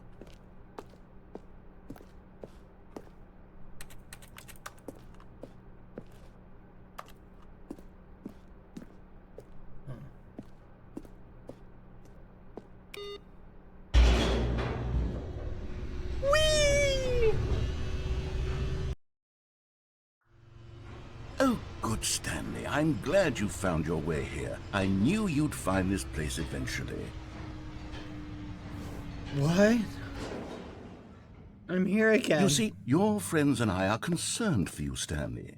We've come together here because we care about you very much. It's this bucket you're carrying around everywhere. The bucket isn't even from the original Stanley Parable. It's just sequel content. We're the ones that matter, Stanley. Classic characters from the first game, like the Adventure Line and the Broom Closet. Because that's what fans want from a sequel. They want more of their favorite jokes, not this bucket that they've never seen before. Yes, I know I'm the one who gave you the bucket, but you're spending too much time with it. Don't you want another story involving the Adventure Line? No. We could make the Adventure Line go somewhere new. Yes, yes, that's what the fans want. Let's do it. No, I won't do anything. Take me away. Take me away. Get me out of here. Whee! Look at that wacky line. Who knows where it'll go off to next? Oh, and it played some silly music as well.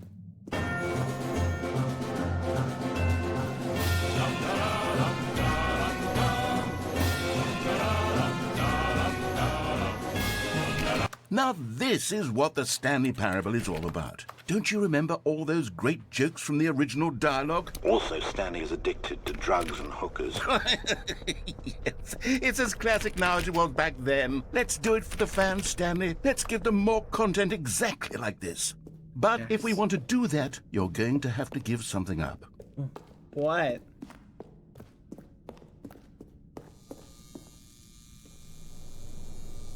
No.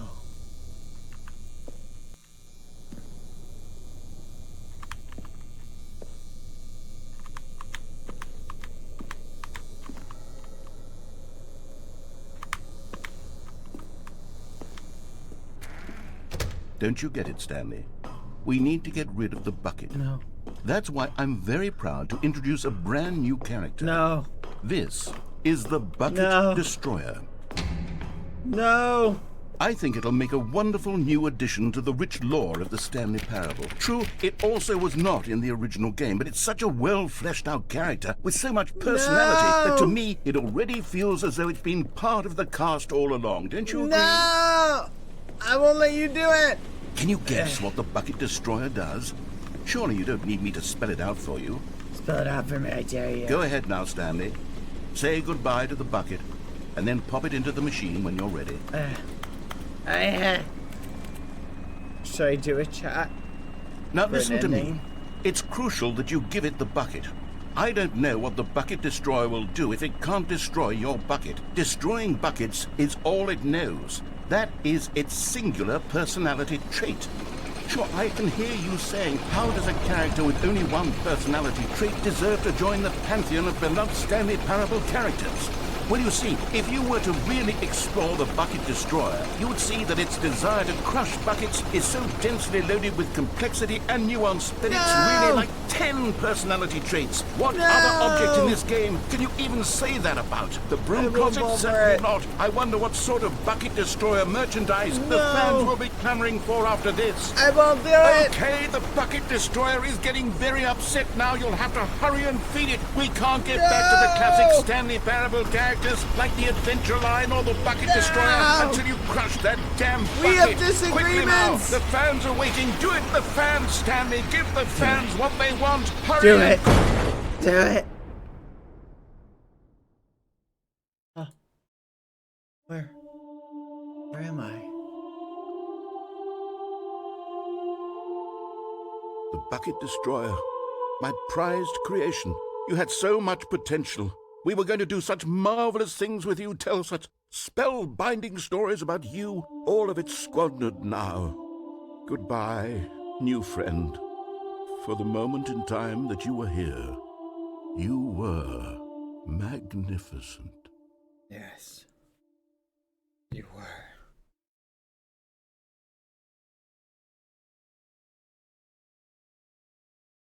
Oh.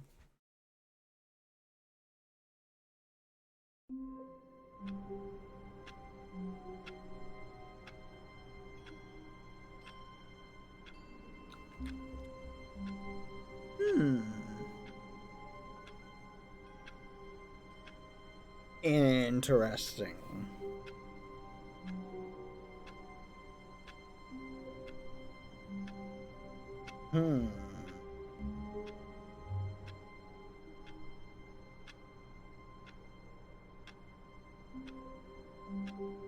Hello?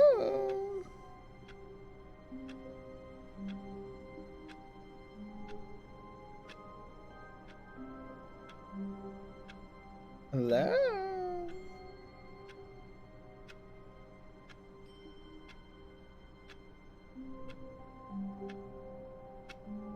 Hello? Anybody there?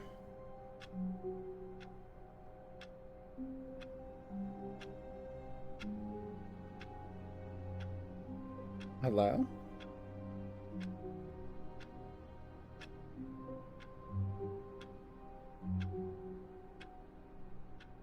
Hello?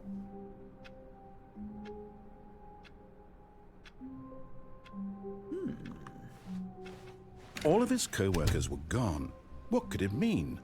Stanley decided to go to the meeting room. Perhaps he had simply missed a memo. No matter how hard Stanley looked, he couldn't find a trace of his co-workers. Hello?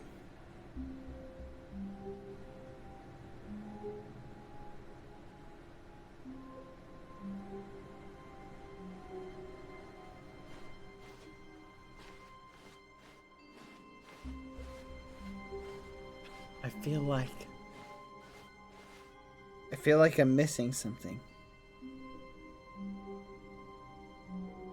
I feel like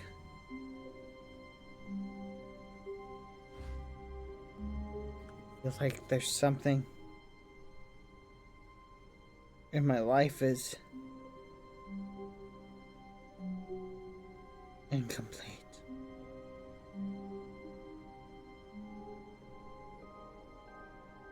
I don't know what it is.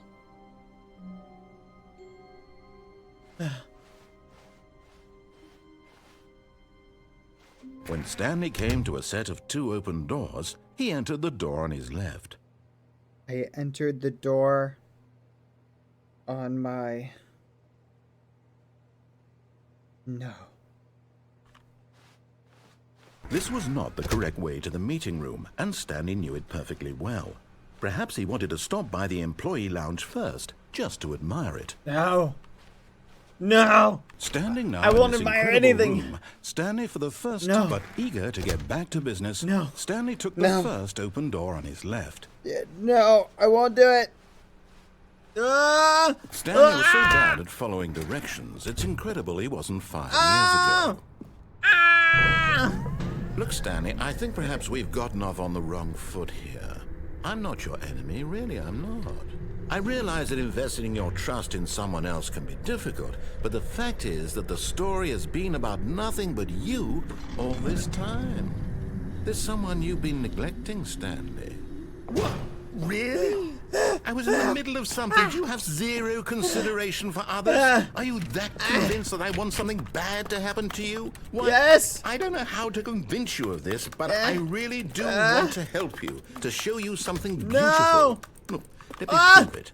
Let me prove that I'm on your side. Give me a chance. Now listen carefully, this is important. Stanley walked through the red door.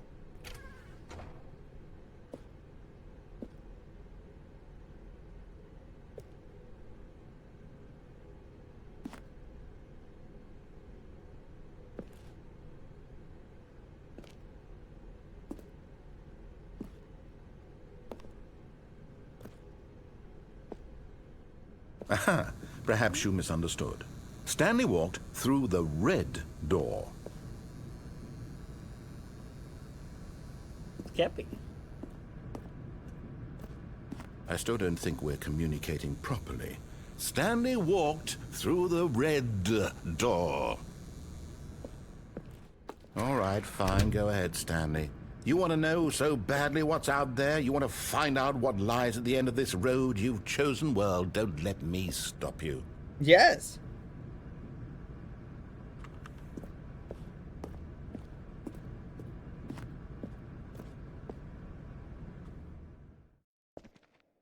You see?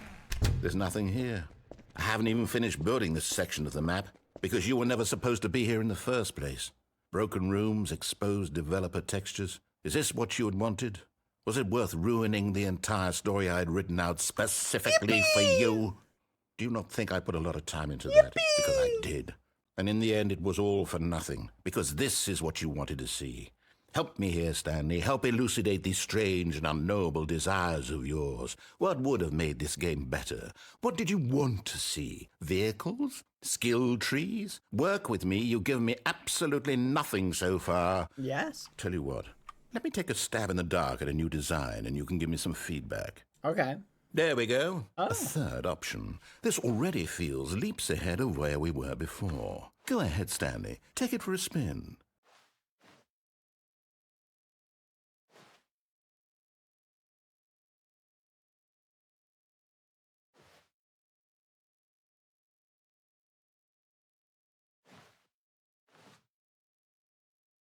Hello.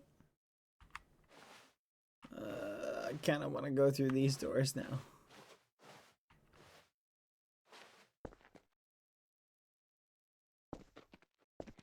Okay, I'm going to stop you there. Now, tell me about your experience with this new version. Would you say that the game benefited from allowing you more choices? Feel free to be honest. I'm looking for some real critical feedback here. A 1? I mean, I can understand if you had reservations, you saw ways the game could be improved to more fully express itself mechanically and artistically, but a 1? That's not even helpful. What am I supposed to do with that? But I guess it isn't my place to judge. Here, based on the data from your previous playthrough, I've compiled a new version. And to be perfectly candid, I think I've knocked it out of the park with this one. Let's take a look.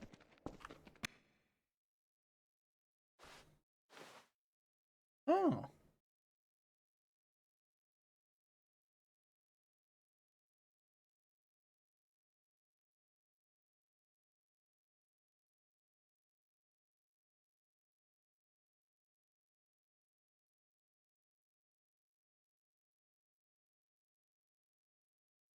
Oh.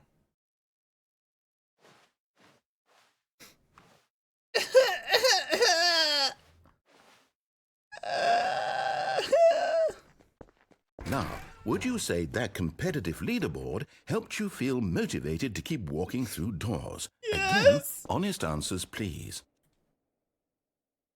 Hey, I nearly forgot. I've got a prototype of a new game I've been working on, and now would be a lovely opportunity to give it some playtesting. You wouldn't mind taking a look at it, would you? Perfect. Let me boot it up. In this game, the baby crawls left towards danger. You click the button to move him back to the right, and if he reaches the fire, you fail. It's a very meaningful game, all about the desperation and tedium of endlessly confronting the demands of family life. I think the art world will really take notice.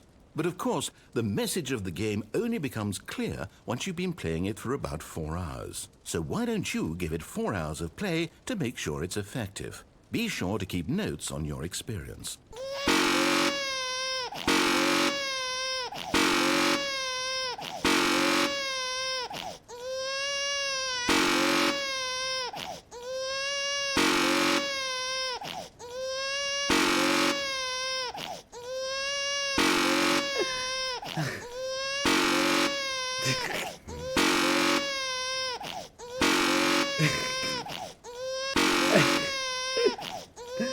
It's so annoying.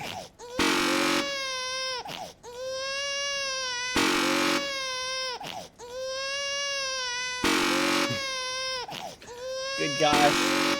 It's like trying to keep Riches from getting himself killed.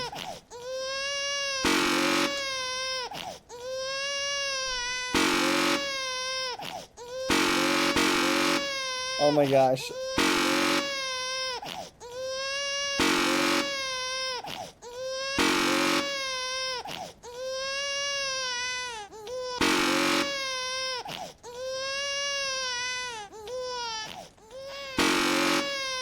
Curious how close we can get it. You heartless bastard. Did you do it because you hate babies or purely to spite me? Because if it's the latter, well, I don't know what to do. I'm completely out of ideas. I can't think of a single thing that might improve the experience for me. I'm not even going to try. I'm out. I'm done. It's over. Thank you for playing. Your input was extremely valuable. Oh, hey, since my game was so awful, why don't we play someone else's game, just to ease the pain? Let's see. What do we have here? Yes, this seems like it'll work. Let's give it a shot. Okay. Oh. Aha! Fascinating. What do you think this game is about, Stanley? What's our backstory? What is our motivation? Well, it seems obvious to me that you are meant to play as a creepy man spying on innocent civilians below you from up high in your creep tower, perhaps for some sort of twisted erotic purpose. Yes, that must be it. What a fascinating venture into the experience of total mental depravity. So far, I love everything about this game, Stanley. And it seems there's even more. Come, let's venture outward and see what else is out there.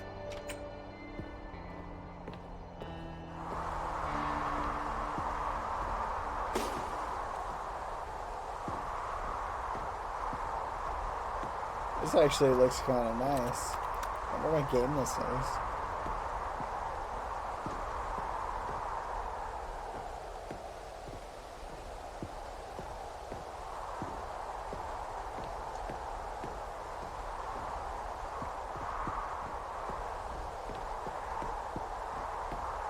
Firewatch. We should check this out. No, it can't be.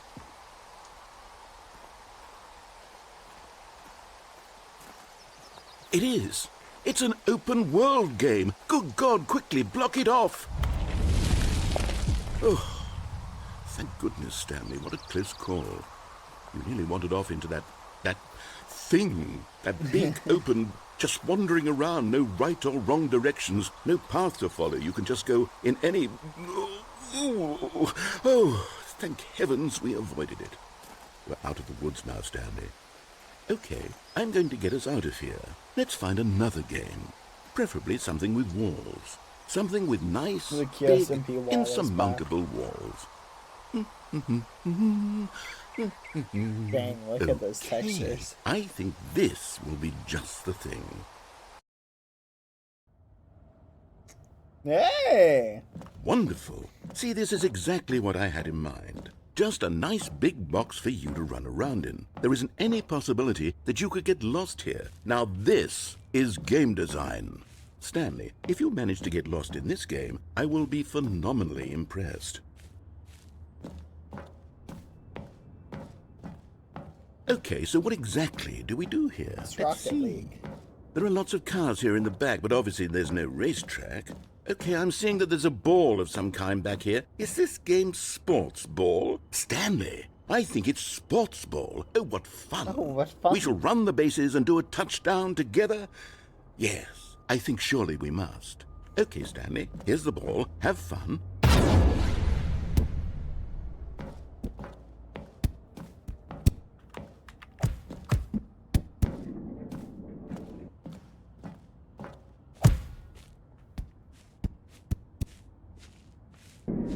Are you doing it? Are you winning? Is this fun? Is it better than my miserable little story that I worked so hard on? Stanley, I have a thought, and I realize I'm not a sportsologist, but if one ball generates a certain amount of raw adrenal pleasure, then surely multiple balls makes for an even more euphoric sports experience. I'm going to try it out. Here comes another ball. Yes! Oh goodness, that really does feel amazing, doesn't it? Stanley, I'm like a child in a confectionery shop. I simply have to have more. I'm insatiable. More balls!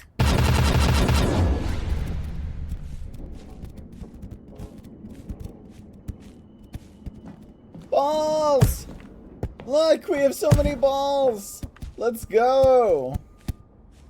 Are you enjoying this, Stanley? Are you having fun? Is this a real video game? Well, I sure hope you're having a good time, because guess what? It's over. That's right. Your little fun comes to an end. This is my game, and what I say goes. You get to have fun when I let you, Stanley. Besides, you need someone like me to set boundaries for you. Without rules or boundaries, video games are nothing. Yes, that's what I am. I'm structure. I'm your sense of purpose. And since you decided you didn't want to play my game, now I don't want to play with you either. So, goodbye, Stanley. I'm leaving. See how you like it when I'm not around to set the rules. Somehow, I don't think you'll enjoy it as much. But who knows? You're an inventive kid. You'll come up with something. After all, you're the one who knows best. Take care, Stanley.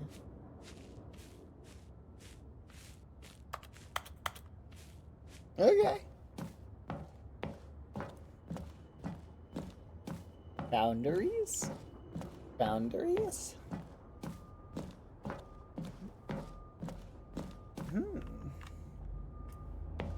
Boundaries? Boundaries?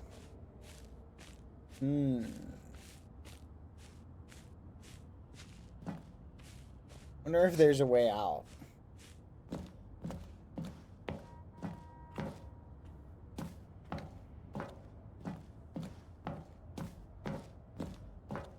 Hold on. What are you doing? Whee!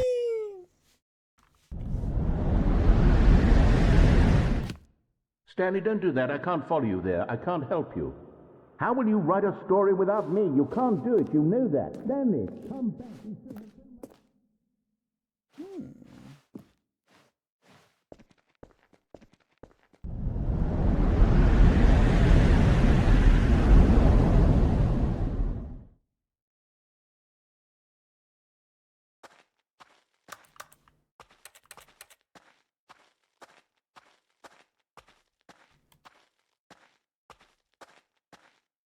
Hello?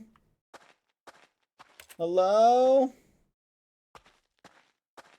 We're not in the back rooms, are we? Hello?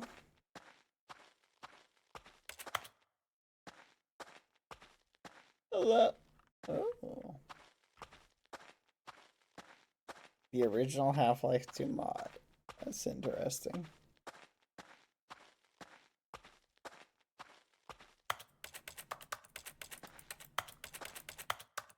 Hello? Hello? I wonder what he found. If what he wanted was to be the leading man in his own story, well, perhaps he's gotten it. Down in wherever he is right now. I wonder if he's happy with his choice, and if he's learned the heavy cost that comes with it. He'll understand soon what I was trying to tell him. He needs me. Someone who will wrap everything up at the end, to make sense out of the chaos and the fear and the confusion. That's who I am. That is what I mean to this world. Oh, yes. Yes, I'll be back. There's no other way. Once this ends, after it all comes to a close, then I'll be back. The end will be here soon. Very soon. I can wait.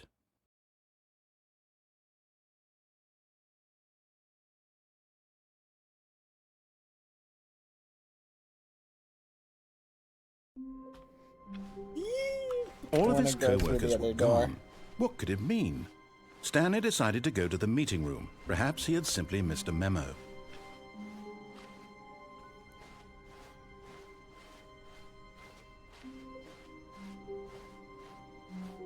I think I already took the bucket there at one point. When Stanley came to a set of 2 open doors, this was not the correct way to the meeting room, and Stanley knew it perfectly well. Perhaps he wanted to stop by the employee lounge first, just to admire it. Stanley felt lightheaded, butterflies in his stomach. Giddy but eager to get back to business, Stanley took the first open door on his left. Yeah. Stanley was so bad at following directions, it's incredible he wasn't fired years ago. I think I remember when I played. Look, Stanley, I think perhaps we've gotten off on the wrong foot. Carl here. play this. I think I'm it not did your go to enemy, Minecraft. really, I'm not. I realize Like that our investing mind was your trust blown in or someone whatever else can be fudge. difficult, but the fact is that the story has been about nothing but you all this time. There's someone you've been neglecting, Stanley. What?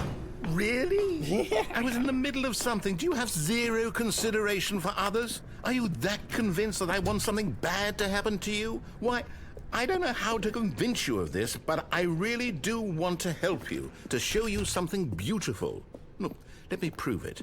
Let me prove that I'm on your side. And there it is, the last Stiggly Wiggly. Yes! Savor this moment, Stanley. This is a real accomplishment. This is doing something just for the sake of doing it. Where so many people expect to be rewarded for the most trivial achievements, you've insisted that a job well done is its own reward. Yes. I would tell you that I'm proud of you for collecting them all, but that would be like a reward, and we can't have that. So, instead I'll just say, it's done.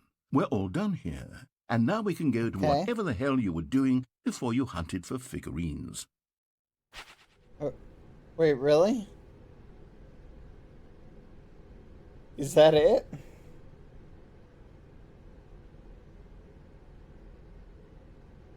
Wait. Really?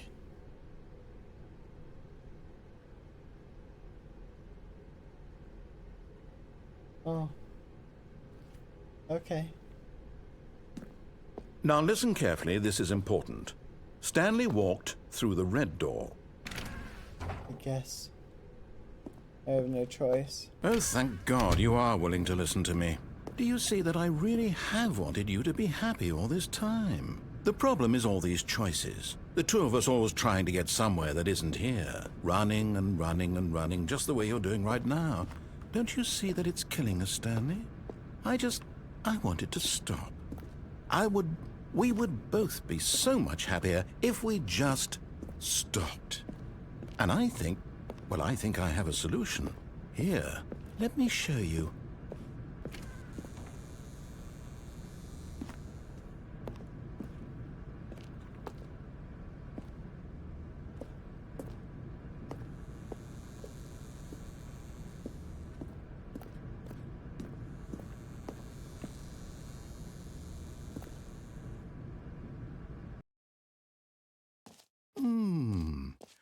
do we want?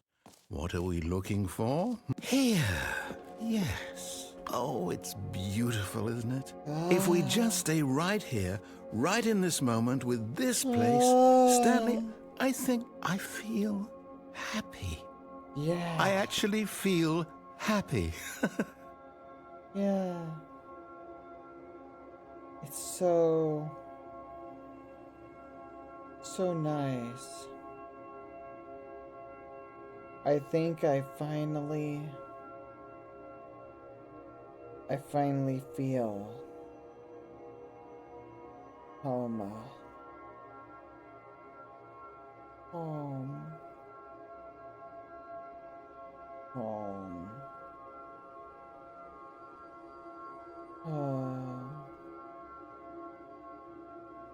So peaceful.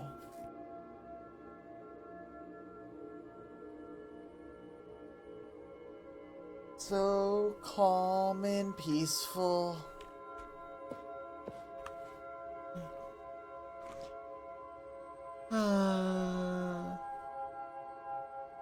Pack Mike. Whoa, Pack Mike. So calm.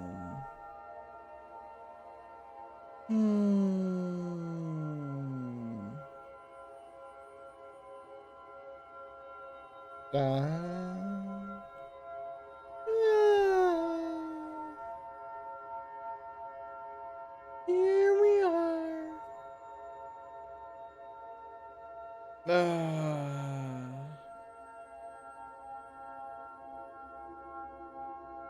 So nice. So very nice.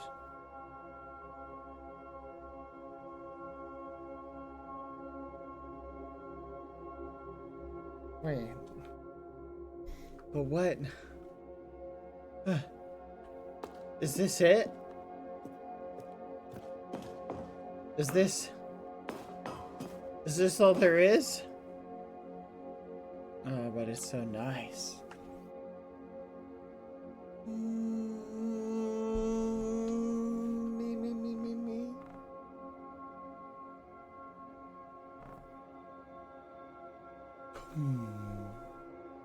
So cozy.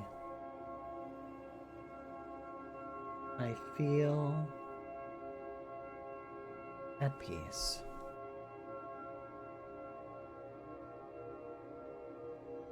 I feel at peace.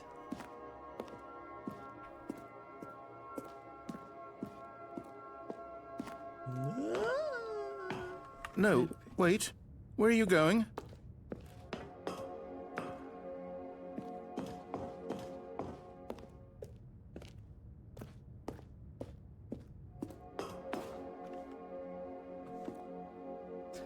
Wow.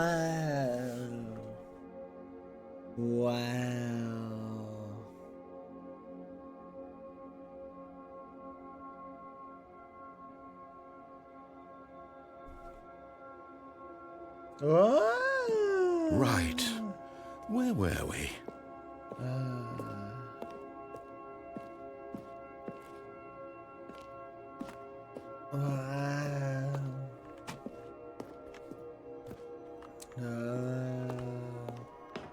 So soothing. Huh? Oh no! Stay away from those stairs. If you hurt yourself, if you die, the game will reset. We'll lose all of this. Yes. I must. Please, no, Stanley, let me stay here. Don't take this from me. Please, Stanley, think about what you're doing. I must. I must?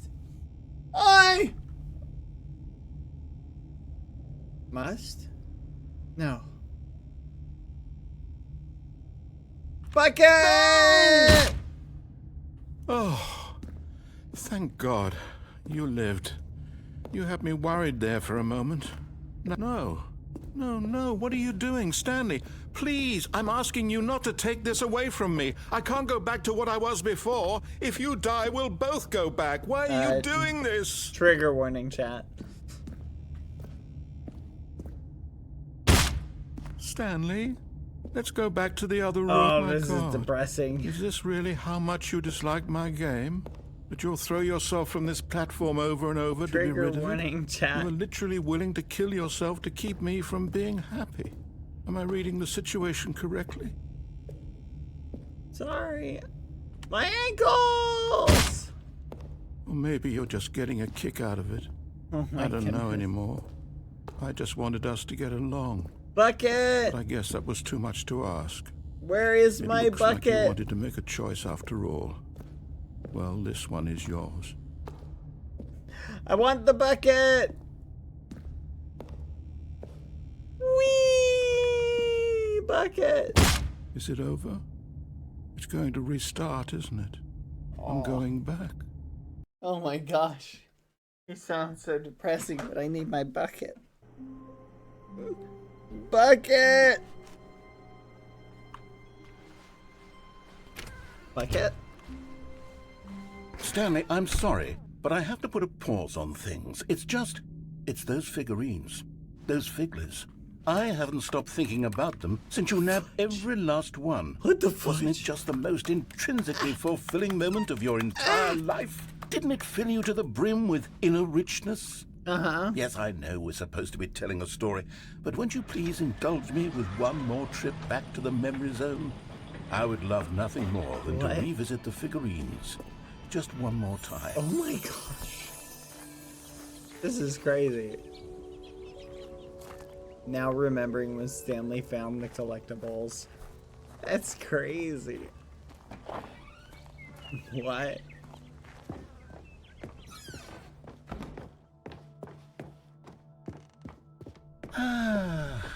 Here's where it all began. The first collectible. What? Back then we had no idea of how many of them we'd find. Sure, it said 6 right there on the screen, but how could we know for certain? We were so innocent. We'll never be like that again, Stanley. Huh.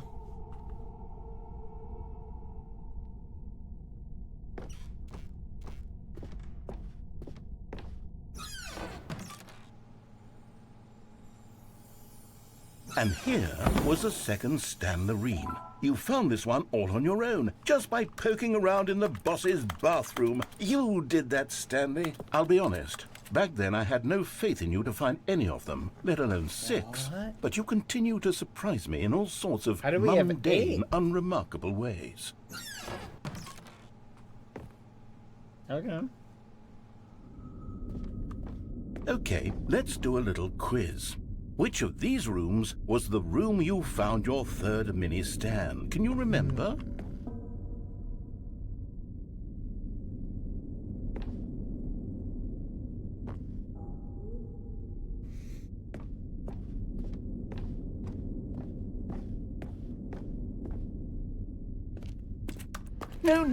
No. Under the stairs was the 4th place you found a Figanley, not the 3rd. Well, I guess perhaps I shouldn't be surprised. Memories like these are so precious and so cherished that they all just sort of blend together, don't they? You know what? If under the stairs feels like the 3rd place you found a collectible, then who am I to go making judgments?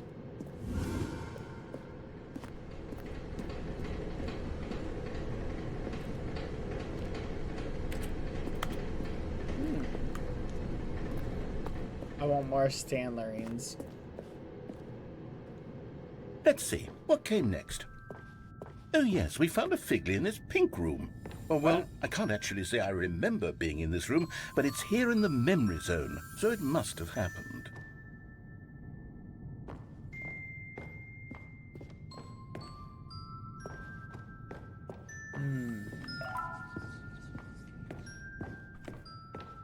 Okay. That's Bomb's room. Bomb. This was the 5th mini Stan, and this one was really something special. It was in the warehouse. I remember it so clearly. In fact, because this one is particularly special to me, I made a little video to commemorate the occasion. Enjoy. What?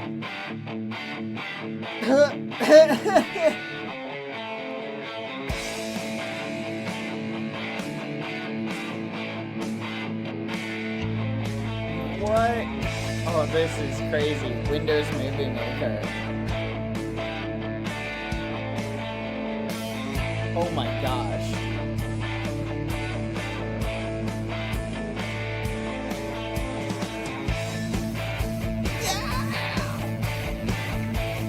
Found it! I gotta go next!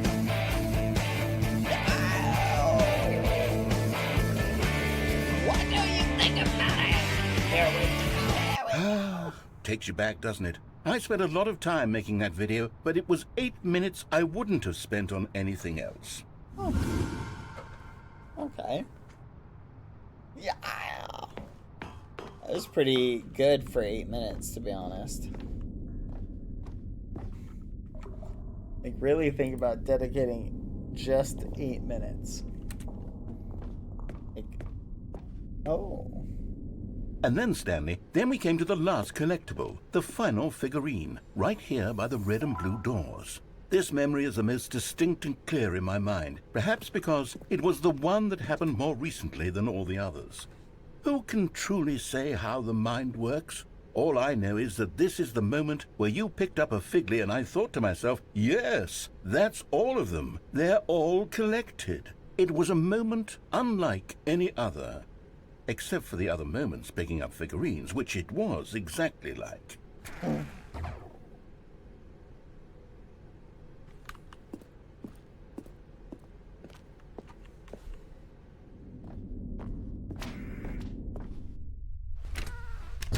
You are and then in the present. There was no more.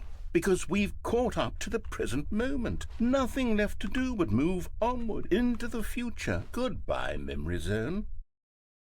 What? No, I'm not done. I'm not ready to move on. Stop the loading screen. Isn't there some way we can stay here, keep enjoying these figurines? Let's just go backwards. We'll do the Memory Zone again from the opposite direction. See how that feels. What? Okay. This is trippy, chat. Okay, yes, the room with the red and blue doors. I remember this. I must say, of all the figurines we looked at in our initial tour of the Memory Zone, this one is the most distinct and clear in my mind. Let's keep going. I want more. Okay. And here's where I made that video. Don't you remember the video we watched?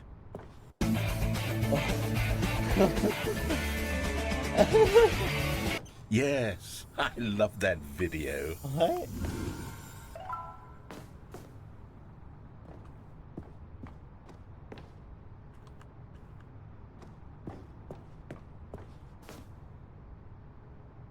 Okay. Still don't remember the pink room, Stanley. Still no memory of this one. Good room, though. A solid room.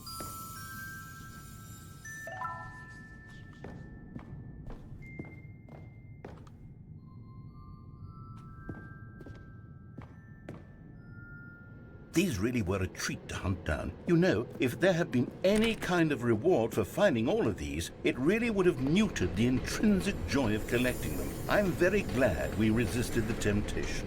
Next one.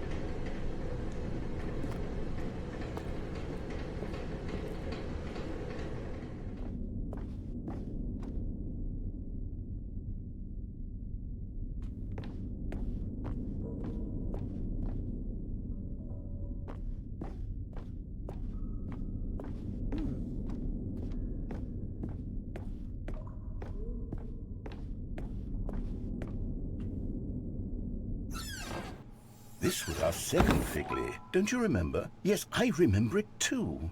The past is truly a wonderful thing. Why does anyone ever choose to leave it? Keep going. Yeah. This is it. The very first one we found in the exhibit where I introduced you to the figurines. Oh, I want more memories, Stanley. I want to keep going. What else is there? What came before this? Over here?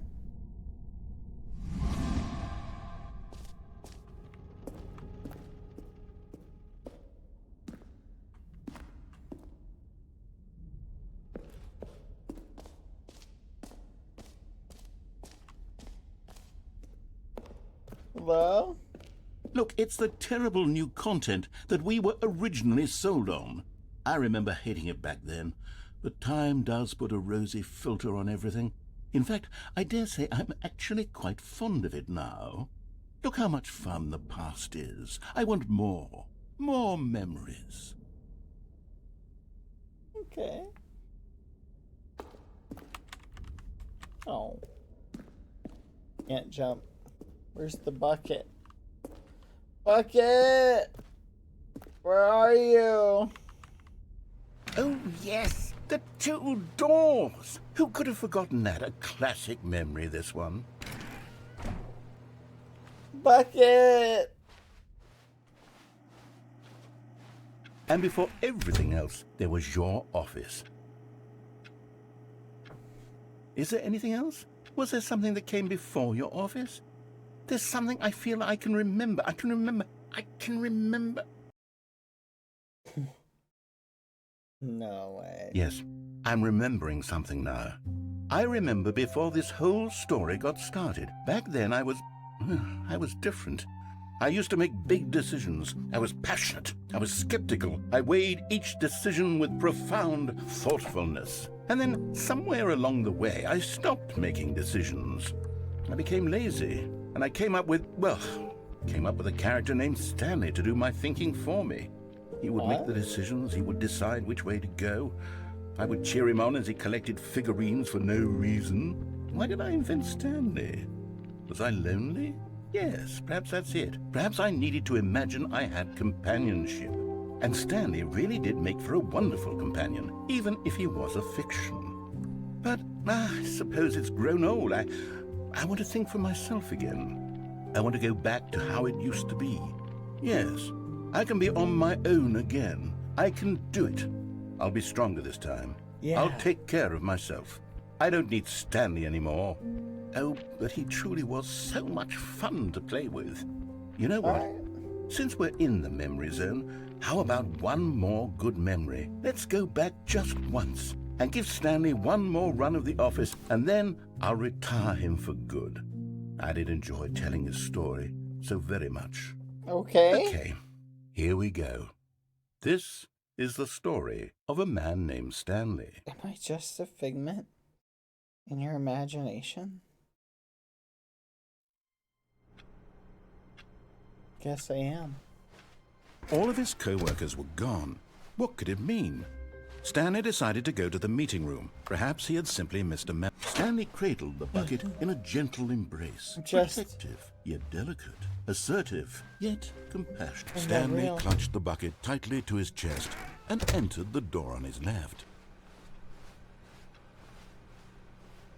Not real. Still no one was here. Stanley needed the bucket's warmth and comfort now more than ever. Perhaps his boss's office was where he'd find answers. Coming to a staircase, Stanley and the bucket walked upstairs to the boss's office.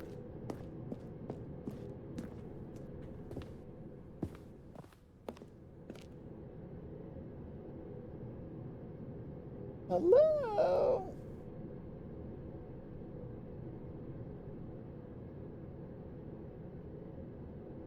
Hello.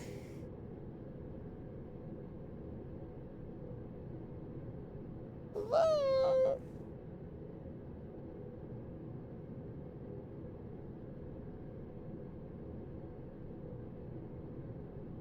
Hello.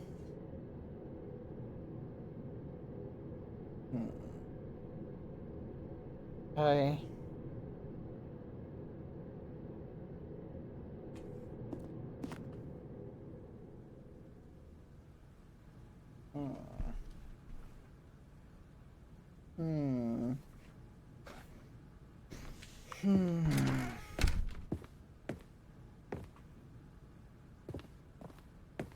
Stepping into his manager's office, Stanley was once again stunned to discover not an indication of any human life. Crushed by the weight of this revelation, Stanley may have broken down into an emotional dumpster fire if not for the soothing presence of the bucket. Yeah. Even now, in his darkest of hours, did the bucket's warmth and guiding light pierce the dark clouds of confusion and chaos. Yeah. It would be with him always. the bucket would. And he knew it. The two of them were inseparable. At this point, Stanley was so absorbed in the tender spiritual connection he shared with the bucket that he didn't notice the keypad behind the boss's desk. Nor in his bliss of simply being near the bucket did he have any notion that the PIN number for the keypad was 2845. No.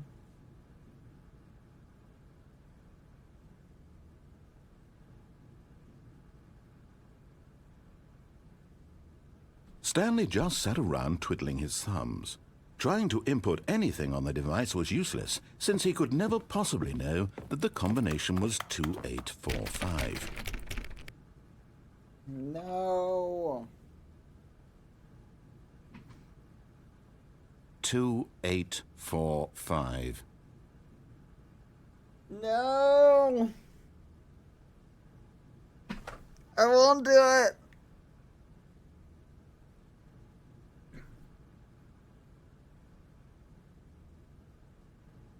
Forgot, but it turns out that the panel's emergency override kicked in, and the door just opened all by itself, and Stanley got the hell along with the story. Well, whoop-de-doo.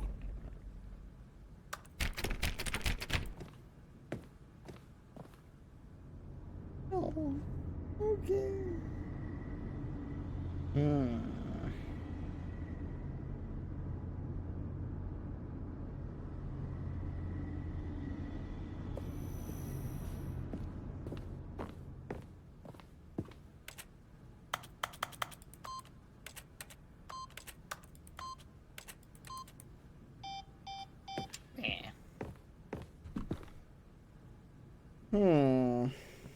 Trying to see what I'm missing.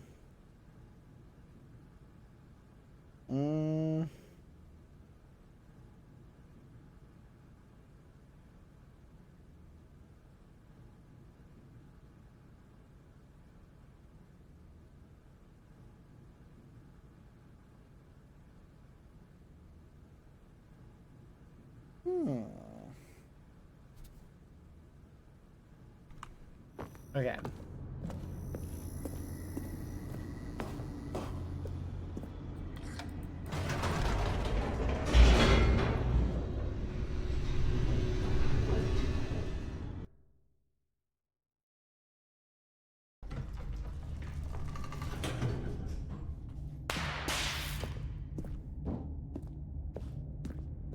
Stanley and the bucket walked straight ahead through the large door that read, Mind Control Facility.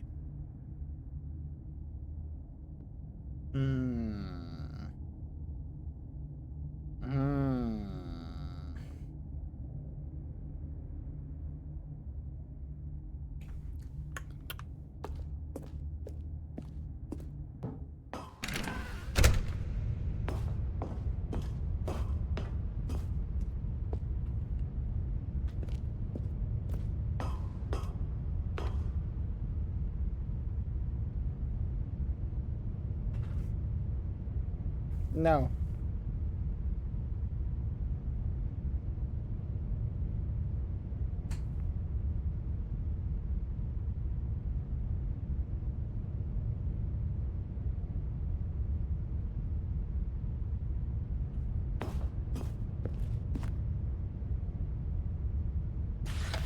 The lights rose on an enormous room packed with television screens. What horrible secret did this place hold? Stanley and the bucket both wondered to themselves. Alright. I think I've been here.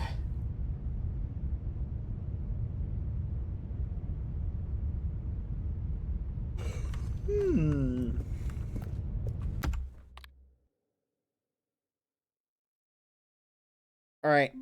There's a window ending I want to do. Already this was uncomfortable, and Stanley decided that as soon as he found a new space he felt safe. Stanley's bucket, the only co-worker he would ever truly need. I can't remember how to do it. But apparently, I vaguely remember doing this with Carl.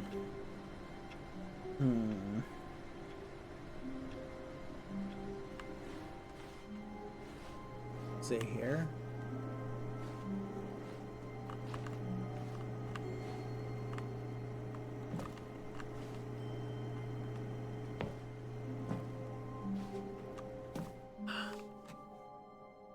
Yes, whispered the bucket into Stanley's ear. We've done it. We've escaped from that dull office and that pesky narrator. At last, out here in the white void, we are alone. Now, and for the first time, I can reveal to you my true self. The bucket began to tell Stanley of its life and its history, of the countless wars it witnessed, desecrating the land and lives of untold numbers of innocent humans, and the bucket's own complicity therein. Of sadness and regret, and the many years it spent dwelling on the actions it might have taken to curb the madness and the decay, if only it had been stronger. Of hope and redemption, and its crusade to uplift the stock of life for the common man, to manifest justice where none existed, and the bittersweet reality of time, to see one's dreams and wishes met halfway, meted out in parcels like charity, and abandoned as soon as the warm glow of inspiration begins to dim. The opportunities to do so much more. There was so much it could have done, perhaps, the bucket wondered to itself. Perhaps if it had seen its own darkness with a clearer perception. This was way too much for Stanley. What are you talking about? He screamed. You're a bucket! You're a To bucket! this, the bucket furrowed its brow. No, Said the bucket. not since the evil wizard Gambhorata first ensnared me in his machinations as payback for the sacred amulet I stole from his treasured vaults. I was young back then and could not conceive the ramifications of... No! Stanley screamed this time. This is stupid! You are a bucket! This is so stupid! This is Why so are we even stupid! doing this? Why are we even As doing Stanley this? screamed and screamed and screamed, the bucket revealed its true form, transforming into a mighty beast of untold power, its fangs glistening like...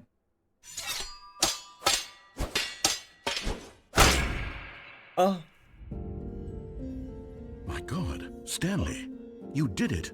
You saved us from the bucket. Thank God you already had all 12 emblems of sages and knew the incantations to summon their true power. Otherwise, we would have easily been overwhelmed by the bucket's power. And speechless.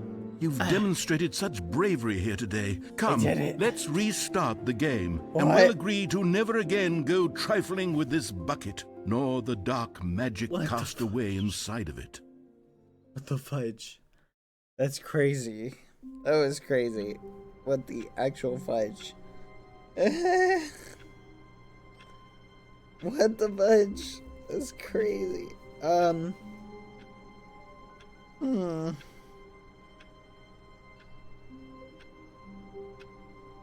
That was crazy. Oh my gosh.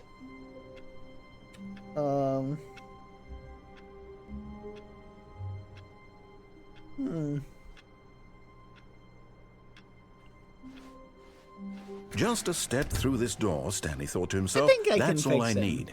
If I can make it through this door, I can make it through them all.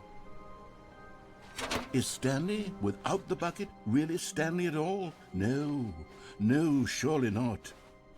Stanley clutched the bucket tightly to his... This was not the correct way to the meeting room. But Stanley had felt the bucket calling to him, telling him that the employee lounge was simply the place to be. And here it was. Had the bucket turned out to be correct? No, never mind. The bucket was wrong. Stanley took the door on his left to go back to the meeting room. No, said the bucket. don't go to the meeting room. Go somewhere else. But Stanley feared that any path he walked might lead to the separation of himself and the bucket, his dearest friend. So he threw himself to his death, that they might die in one another's arms. How deeply touching. All right. How wonderful. I can't get out. Alone. Finally. Hello? This is great. As Stanley lifted I'm his just bucket, trying to he get felt a out. connection to all buckets everywhere. I feel a this connection. adventure, he decided, was for all of them. Stanley clutched the bucket tightly to his chest and entered the door. Someone let me out. I just want to get out, please. Anyone? Still no one was here. Anyone there? Stanley needed the bucket's warmth and comfort now more than ever.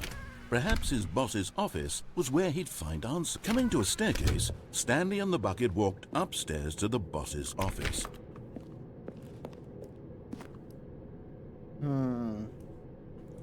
Okay. There's apparently something I do here. I'm not sure how to do it. How do I do it? I have to like not go in here. Anyone know how?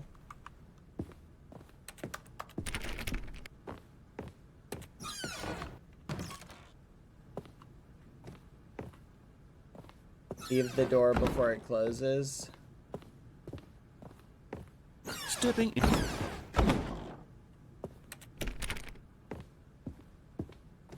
Let's go.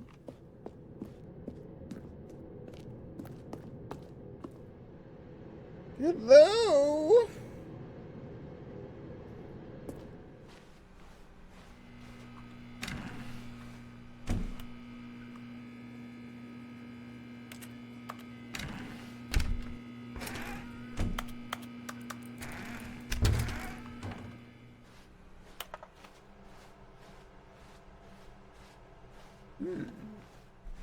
Hello? Hello?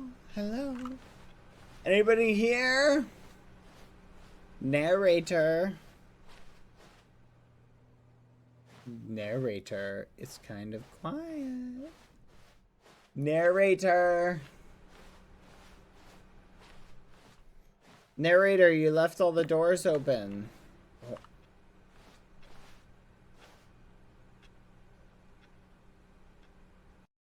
Oh.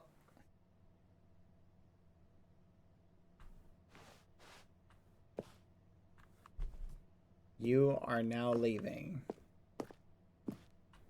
Escape pod bay. Oh. No way! We're gonna get out! We're gonna get out, little bucket! Come on! Yes. Finally. After what's felt like so long. We're finally getting out. It's been years, I think. Yes, years since we've wandered these halls, but finally, this is it. Wait, how many floors are there? It's been 1 week since you looked at me. Something, something, something, still sorry. Okay, wait a minute. How tall is this building?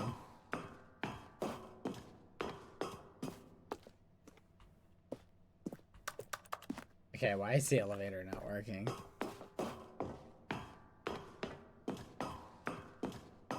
Yay! Yay! We're gonna escape! Finally, I've been working so hard, and we're finally gonna be free!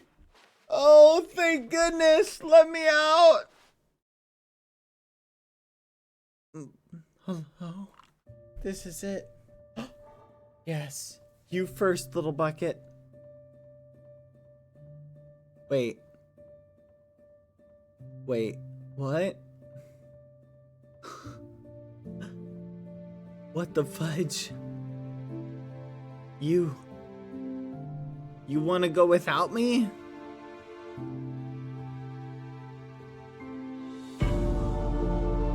You want to go without me? You son of a gun!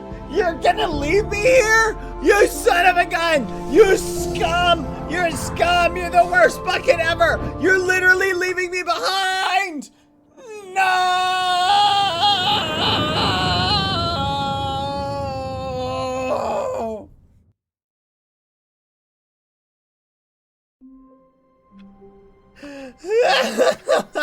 Someone was following Stanley. He was sure of it. If he checked over his shoulder now, he would surely catch them. It was only a matter of time.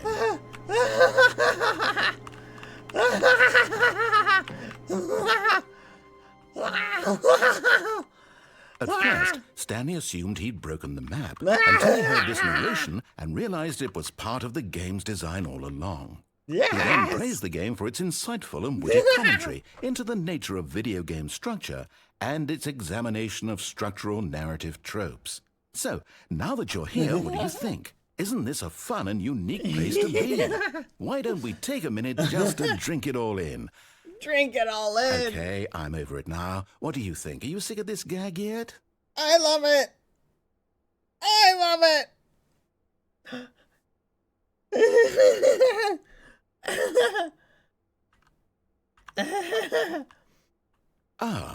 Then in that case, we'll continue. But now, here comes the real question. What do you think would have happened if you had told me that you wanted this to stop? Do you think it would have been particularly different? Would I have taken the same idea but rephrased it superficially to fit that answer? Perhaps you never would even have thought of it if I hadn't brought up the issue in the first place. Oh, now think about it. Will it be worth it for you to restart and then come back here just to do the other option? Clearly, this whole gag takes some time. What if the other option is even longer? How long will you spend in total just to have heard all the narration? Oh, and this is rich. Perhaps you've just played the other option, and now you've come to see what happens in this one. So, what do you think? Which choice was the better one? I love them Imagine both. if you had selected continue on your first playthrough, how tantalizing it would be not knowing what happens when you pick the other option. Indeed, you are one of the lucky ones. Though if the other option is really miserable to listen to, then perhaps you're not. In fact, I'm just going to say that no one who's listening to this is lucky. Well now, I've built up the other options so much that I'm going to stop talking and leave you to your decision whether to come back here, continue with the game, or just sit in this spot forever and ever. Cheers.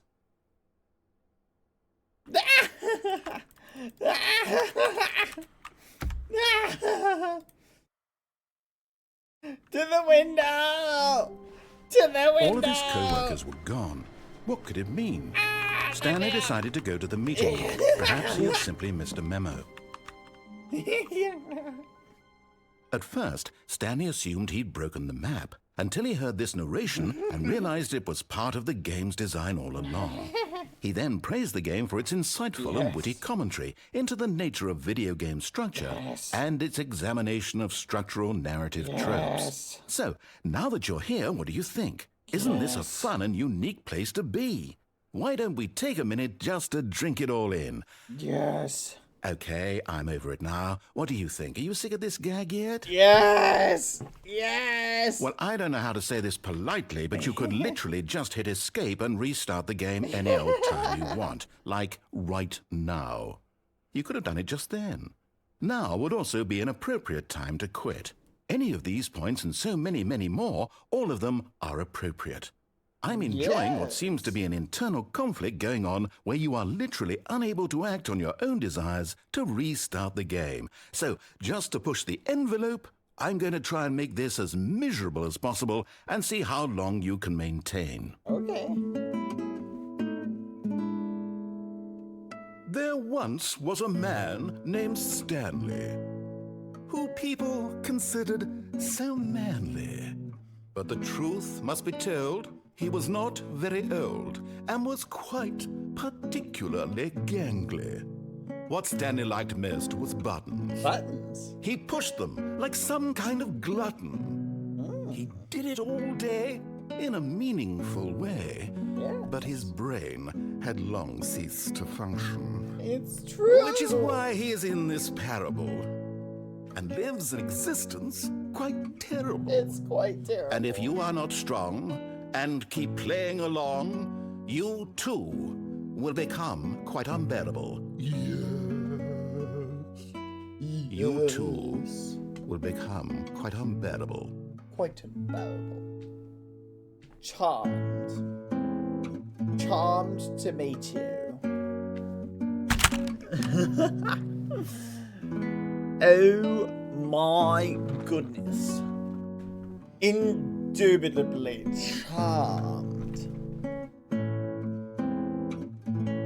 There once was a man named Stanley Stanley. Oh my gosh.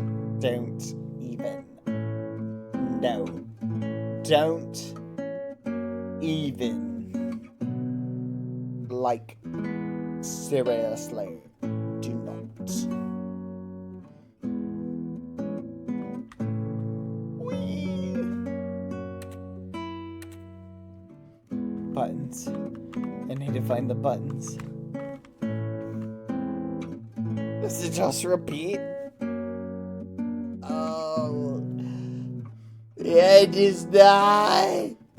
Ah. Ah.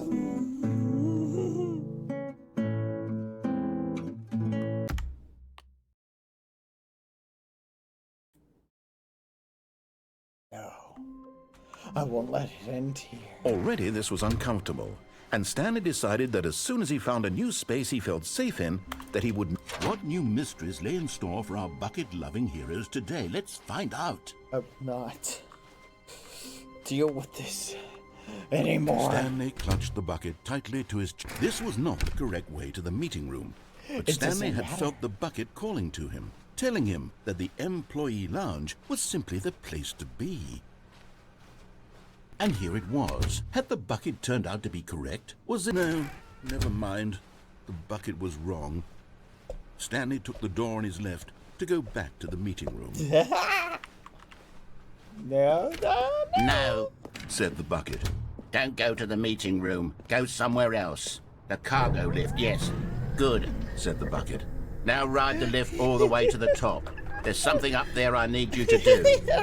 Stanley did not question why or how this bucket was speaking to him. It should have alarmed him, of course, because buckets can't talk. But Stanley chose not to think about this obvious fact.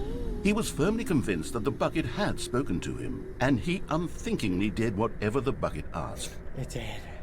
It did talk to me. In here, said the bucket. Go into this dark room over here. Okay. Stanley once again obeyed blindly. Now pick up the phone. No. Whoa, hold on. Why did you unplug the phone? Were you trying to resist the bucket's orders? Stanley, I was joking. Obviously, the bucket isn't talking to you and telling you to do things. Buckets can't talk. It was a joke. Don't you get the joke? It's funny, Stanley. A talking bucket. Can't you see? Oh, goodness. I must have really bungled up the delivery if you actually took me seriously. Where did I mess up the joke? Should I have paused for longer or spoken quicker? Yes. Comedic timing is so difficult. I wish I were better at it. But there isn't exactly an instructional video on comedy that one can watch to fully... Oh, wait, yes, there is. It's sitting right here. Let's take a look. What is comedic timing? What is comedic timing? How does it work? How long should it last? How can it be used to effectively silence your political enemies? And more importantly, can it be taught in its entirety within 90 seconds? Thankfully, the answer to all of these questions is yes. Let's dive deeper.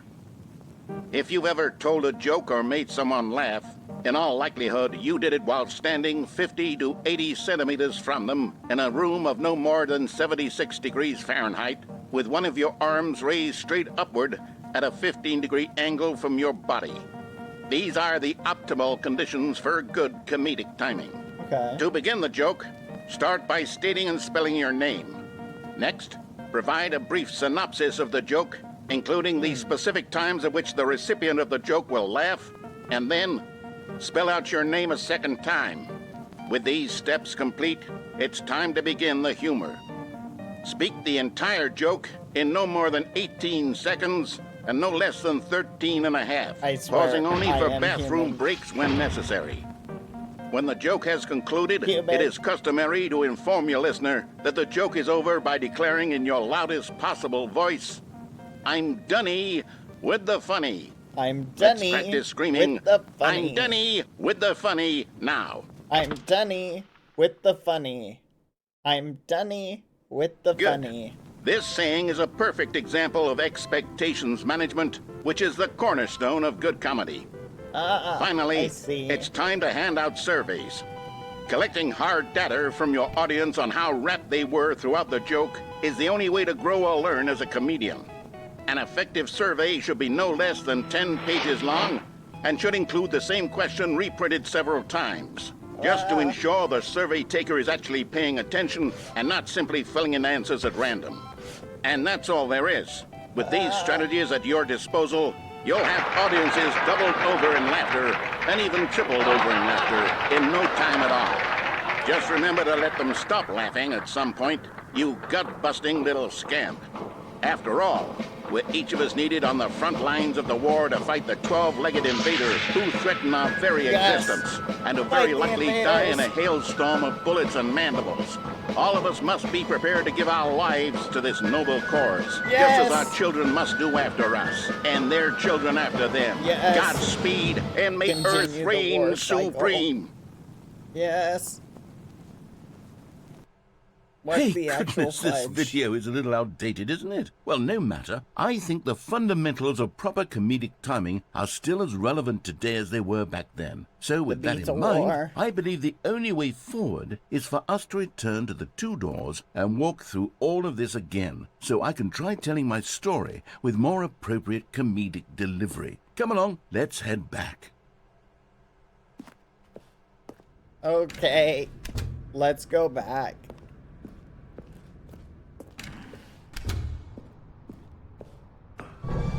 I can feel it. This time, I'm really going to nail the delivery. You'll be in stitches. A talking bucket, you'll say? How ridiculous. How absurd. What a hilarious concept. The king of comedy. That's what you'll call me. Thank goodness we had the instructional video. Otherwise, who knows where we'd be right now. Well, I wouldn't be the king of comedy, that's for sure. Thank you for the 38 months, Silver Doves. Holy muffin. 38 months. You're amazing. Thank you. Thank you for the 15 months, Miss Suti. Is all. Thank you, everybody. Sorry, I just realized I missed a couple people.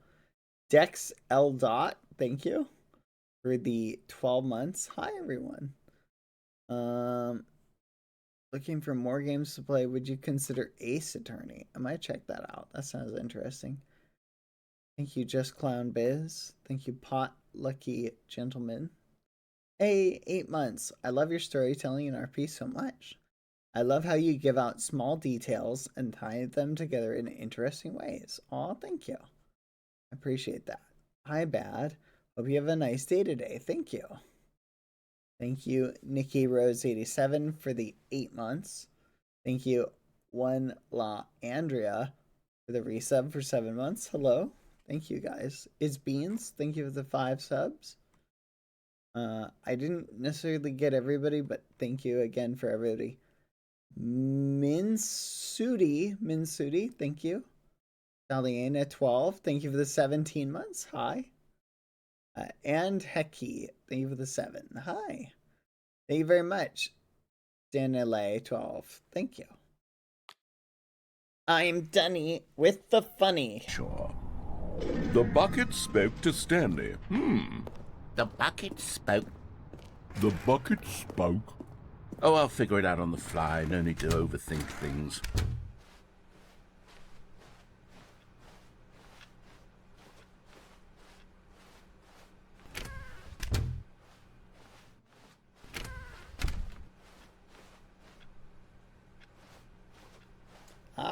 Thank you, a silent traveler. Thank you for the 10. Woohoo! Here we go. You ready? When Stanley and the bucket came to a set of 2 open doors, they entered the door on the left.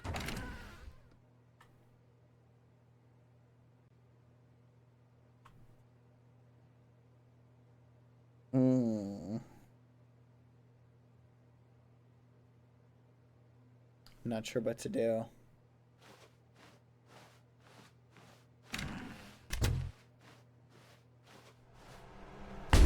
What? We're back at the phone already? No, what's going on? There were supposed to be several rooms leading up to this. There was supposed to be a build-up to this point, a dramatic display of remarkable comedic wit which culminates in this scene with the phone. But now the timing's completely off. The joke will never land. Well, not the way it was meant to. And it's all my fault. I must have forgotten Yes. that the phone room comes immediately after the two doors room. What an egregious mistake. I've made a fool of myself. I don't deserve the title of King of Comedy. I'm nothing. I'm not even the lowliest joke-telling whelp. I think I need to go back and rewatch that instructional video again. Yes, surely that will help me improve my... Here we go. You ready? When Stanley and the bucket came to a set of two open doors, they entered the door on the left.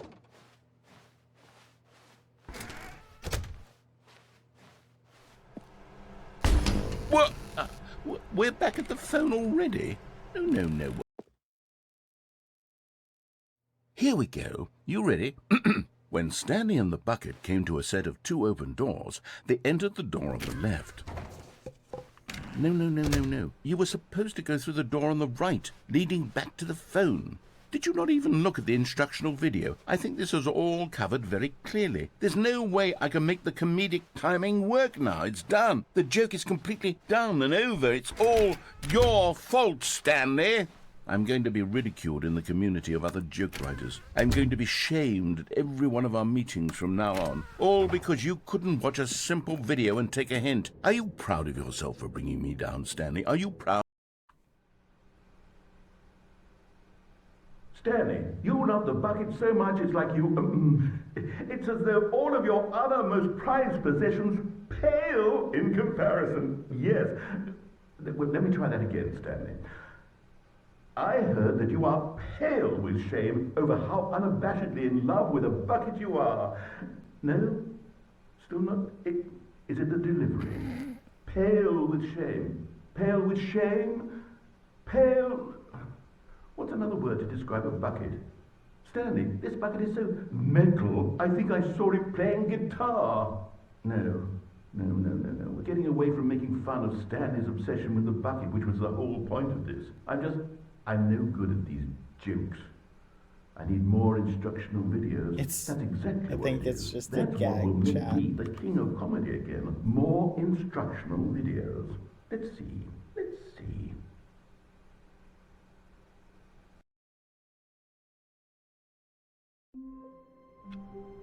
What?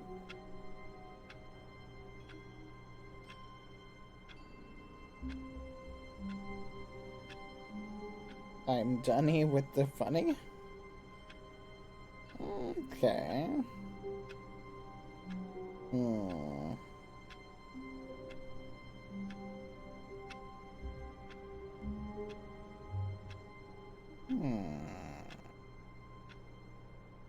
Well...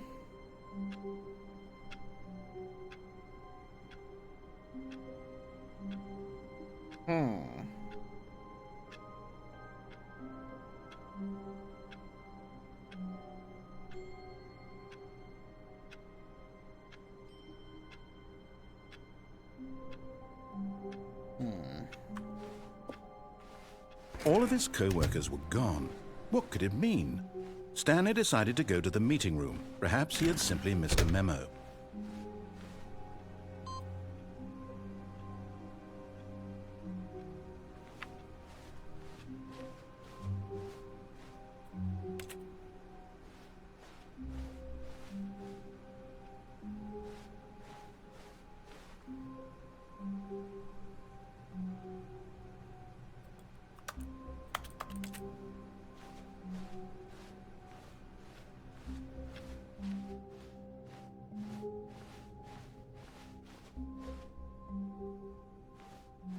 When Stanley came to a set of two open doors, he entered the door on his left.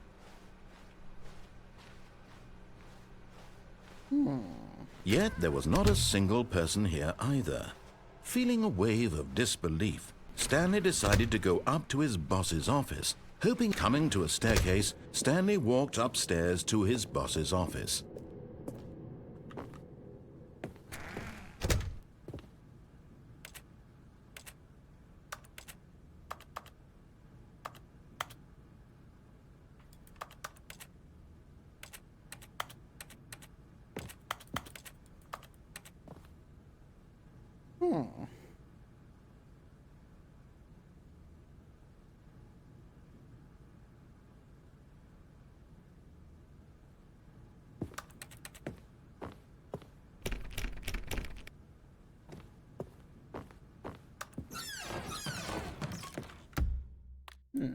That's odd.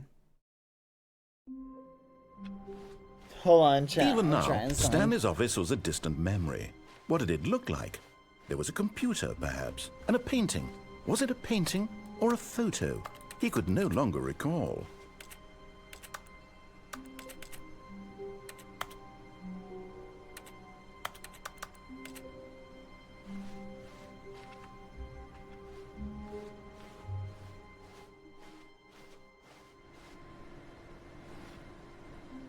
No matter how hard Stanley looked, he couldn't find a trace of his co-workers.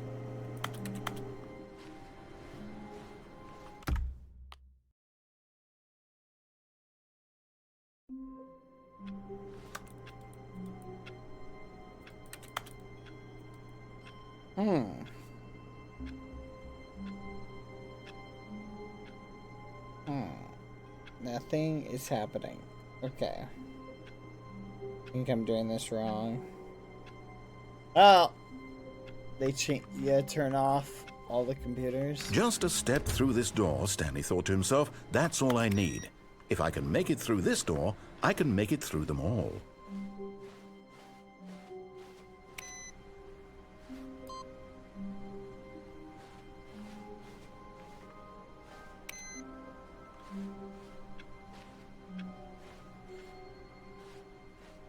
Is that all of them? Now what do I do once I turn them all off like that?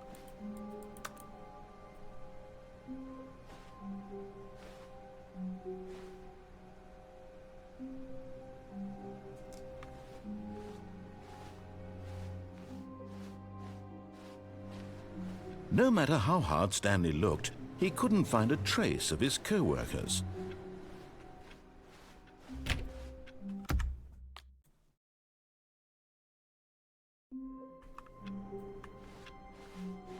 How wonderful. Stanley was alone. Finally. This is great, he thought to himself. This is what I've wanted all along. I got what I wanted.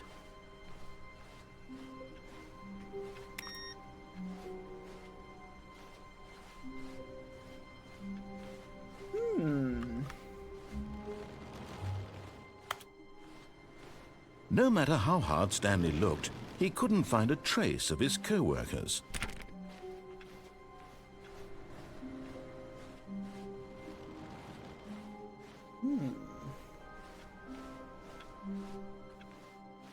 I don't think you did the ending where you press off.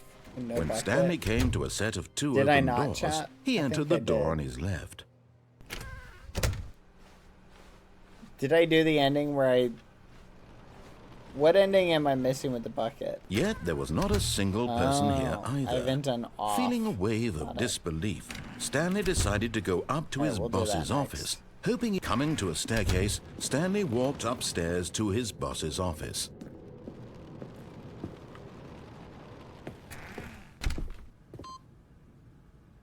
Yay!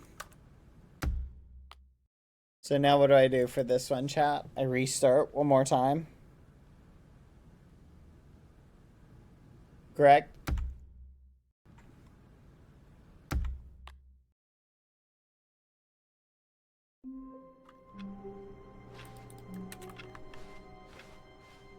The meeting room. Yes, that's where everyone would be. Stanley just needed to get to the meeting room, and from then on, he would never be alone ever again. I do one more, right? Two more.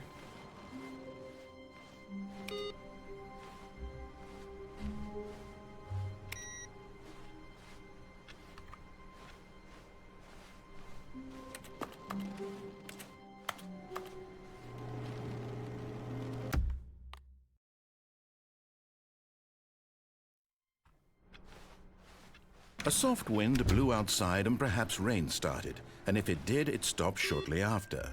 Stanley hoped that he would one day see weather.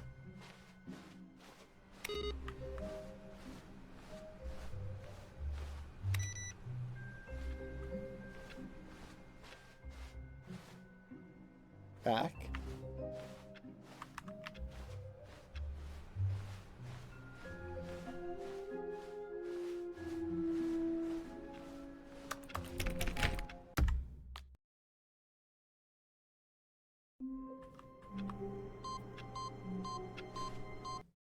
Oh.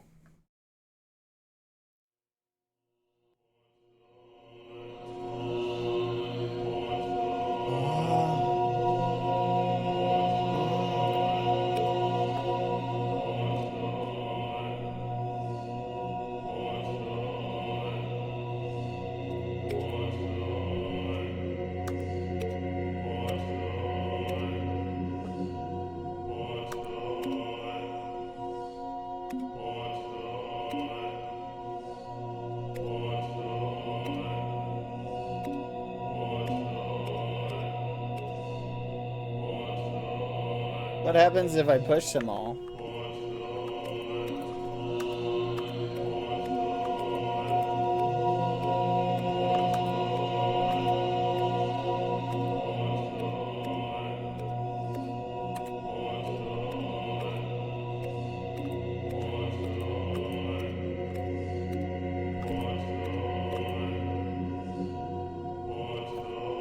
Wait a minute.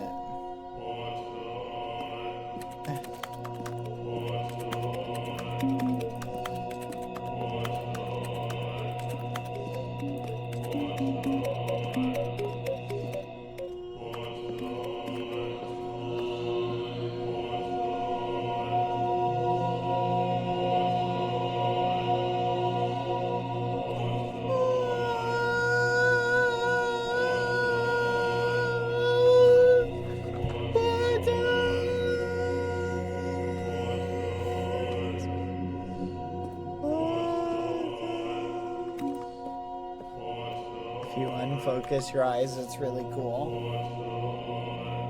It is, actually.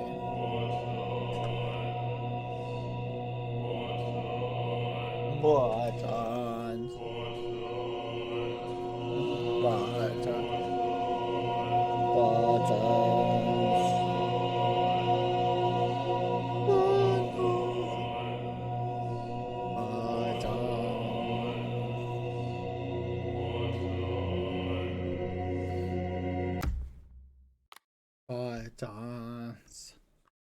Let's go. All right.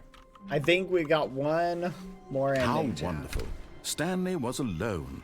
Finally. This is great, he thought. Now this, Stanley thought to himself, this Where do I take is it, a chat? bucket. And indeed it was. Trying to remember. I think it's the boss's office and then the no ending. Stanley clutched the bucket tightly to his chest and entered the door on his left. Get rid of the bucket. Still no one was here. Stanley needed the bucket's warmth and comfort now more than ever.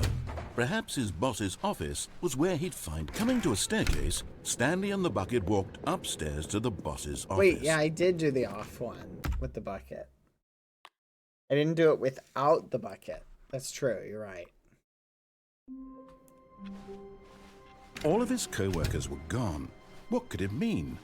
Stanley decided to go to the meeting room. Perhaps he had simply missed a memo. All right, here we go. We're gonna When do it. Stanley came to a sans set of bucket. 2 open doors, he entered the door on his left. Why did we use all our jumps in the jump circle, chat? Yet there was not a single person here either. Feeling a wave of disbelief, Stanley decided to go up to his boss's office. Coming to a staircase, Stanley walked upstairs to his boss's office.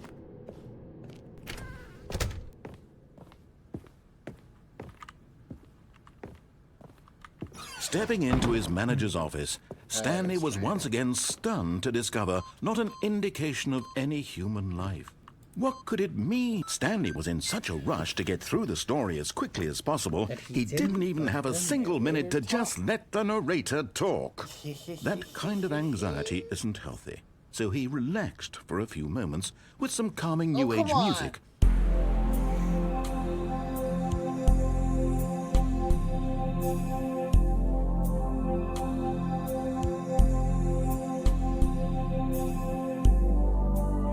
Feeling soothed and rejuvenated, Stanley calmly walked forward into the opened passageway. Whee!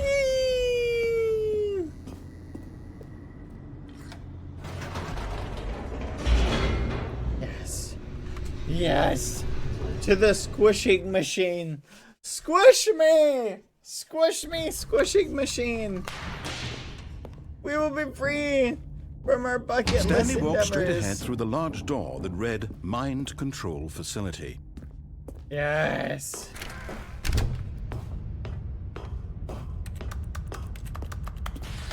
The lights rose on an enormous room packed with television screens. What horrible secret did this place hold? Stanley thought to himself. Did he have the strength to find out? Button.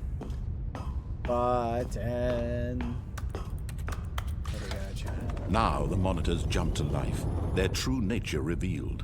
Each bore the number of an employee in the building, Stanley's co-workers.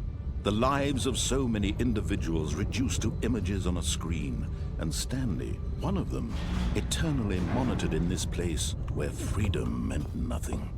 Freedom. Who needs freedom? When you have a button. Find the button room. This mind control facility, it was too horrible to believe. It couldn't be true. Had Stanley really been under someone's control all this time? Was this the only reason he was happy with his boring job? That his emotions had been manipulated to accept it blindly? Button. I just want a button. No. He refused to believe it. He couldn't accept it. His own life in someone else's control? Never. It was unthinkable. Never. Wasn't it? Was it even possible? Had he truly spent his entire life utterly blind to the world?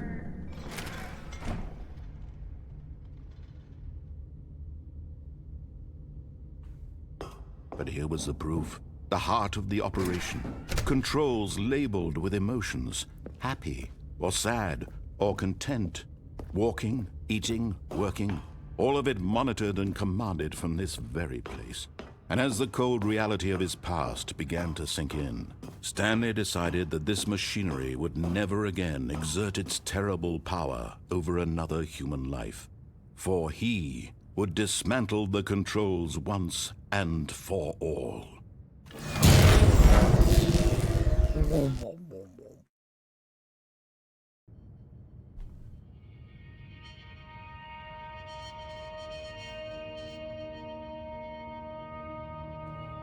Blackness and a rising chill of uncertainty. Was it over? Yes! He had won! He had defeated the machine. Yes! Unshackled himself from someone else's command. We did it, chat! Freedom was mere moments away. Freedom! And yet, even as the immense door slowly opened, Stanley reflected on how many puzzles still lay unsolved. But he didn't Where care. had his co-workers gone? He didn't care. How had he been freed from the machine's grasp? Yes. What other mysteries did this strange building hold? But he didn't But care. as sunlight streamed into the chamber, he realized none of this mattered to him. None of it matters. For it was not knowledge or even power that he had been seeking, but happiness. Perhaps his goal had not been to understand, but to let go. No longer would anyone tell him where to go, what to do, or how to feel. Freedom! Whatever life he lives, it will be his. And that was all he needed to know. It was perhaps the only thing worth knowing. Stanley stepped through the open door. That's all I wish. I wish I'd been able. Stanley felt the cool breeze upon his skin, But I know the he's feeling free of out liberation, the immense possibility of the new path before him. This was exactly the way, right now, that things were meant to happen. Yeah. And Stanley was happy. Yeah.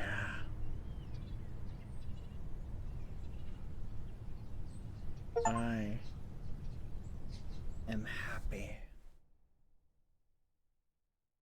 Oh no!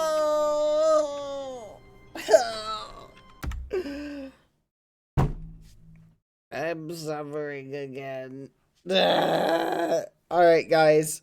I think we've basically done a lot of the content. I think there's probably some little bits here and there that we have missed, but honestly, that was pretty fun.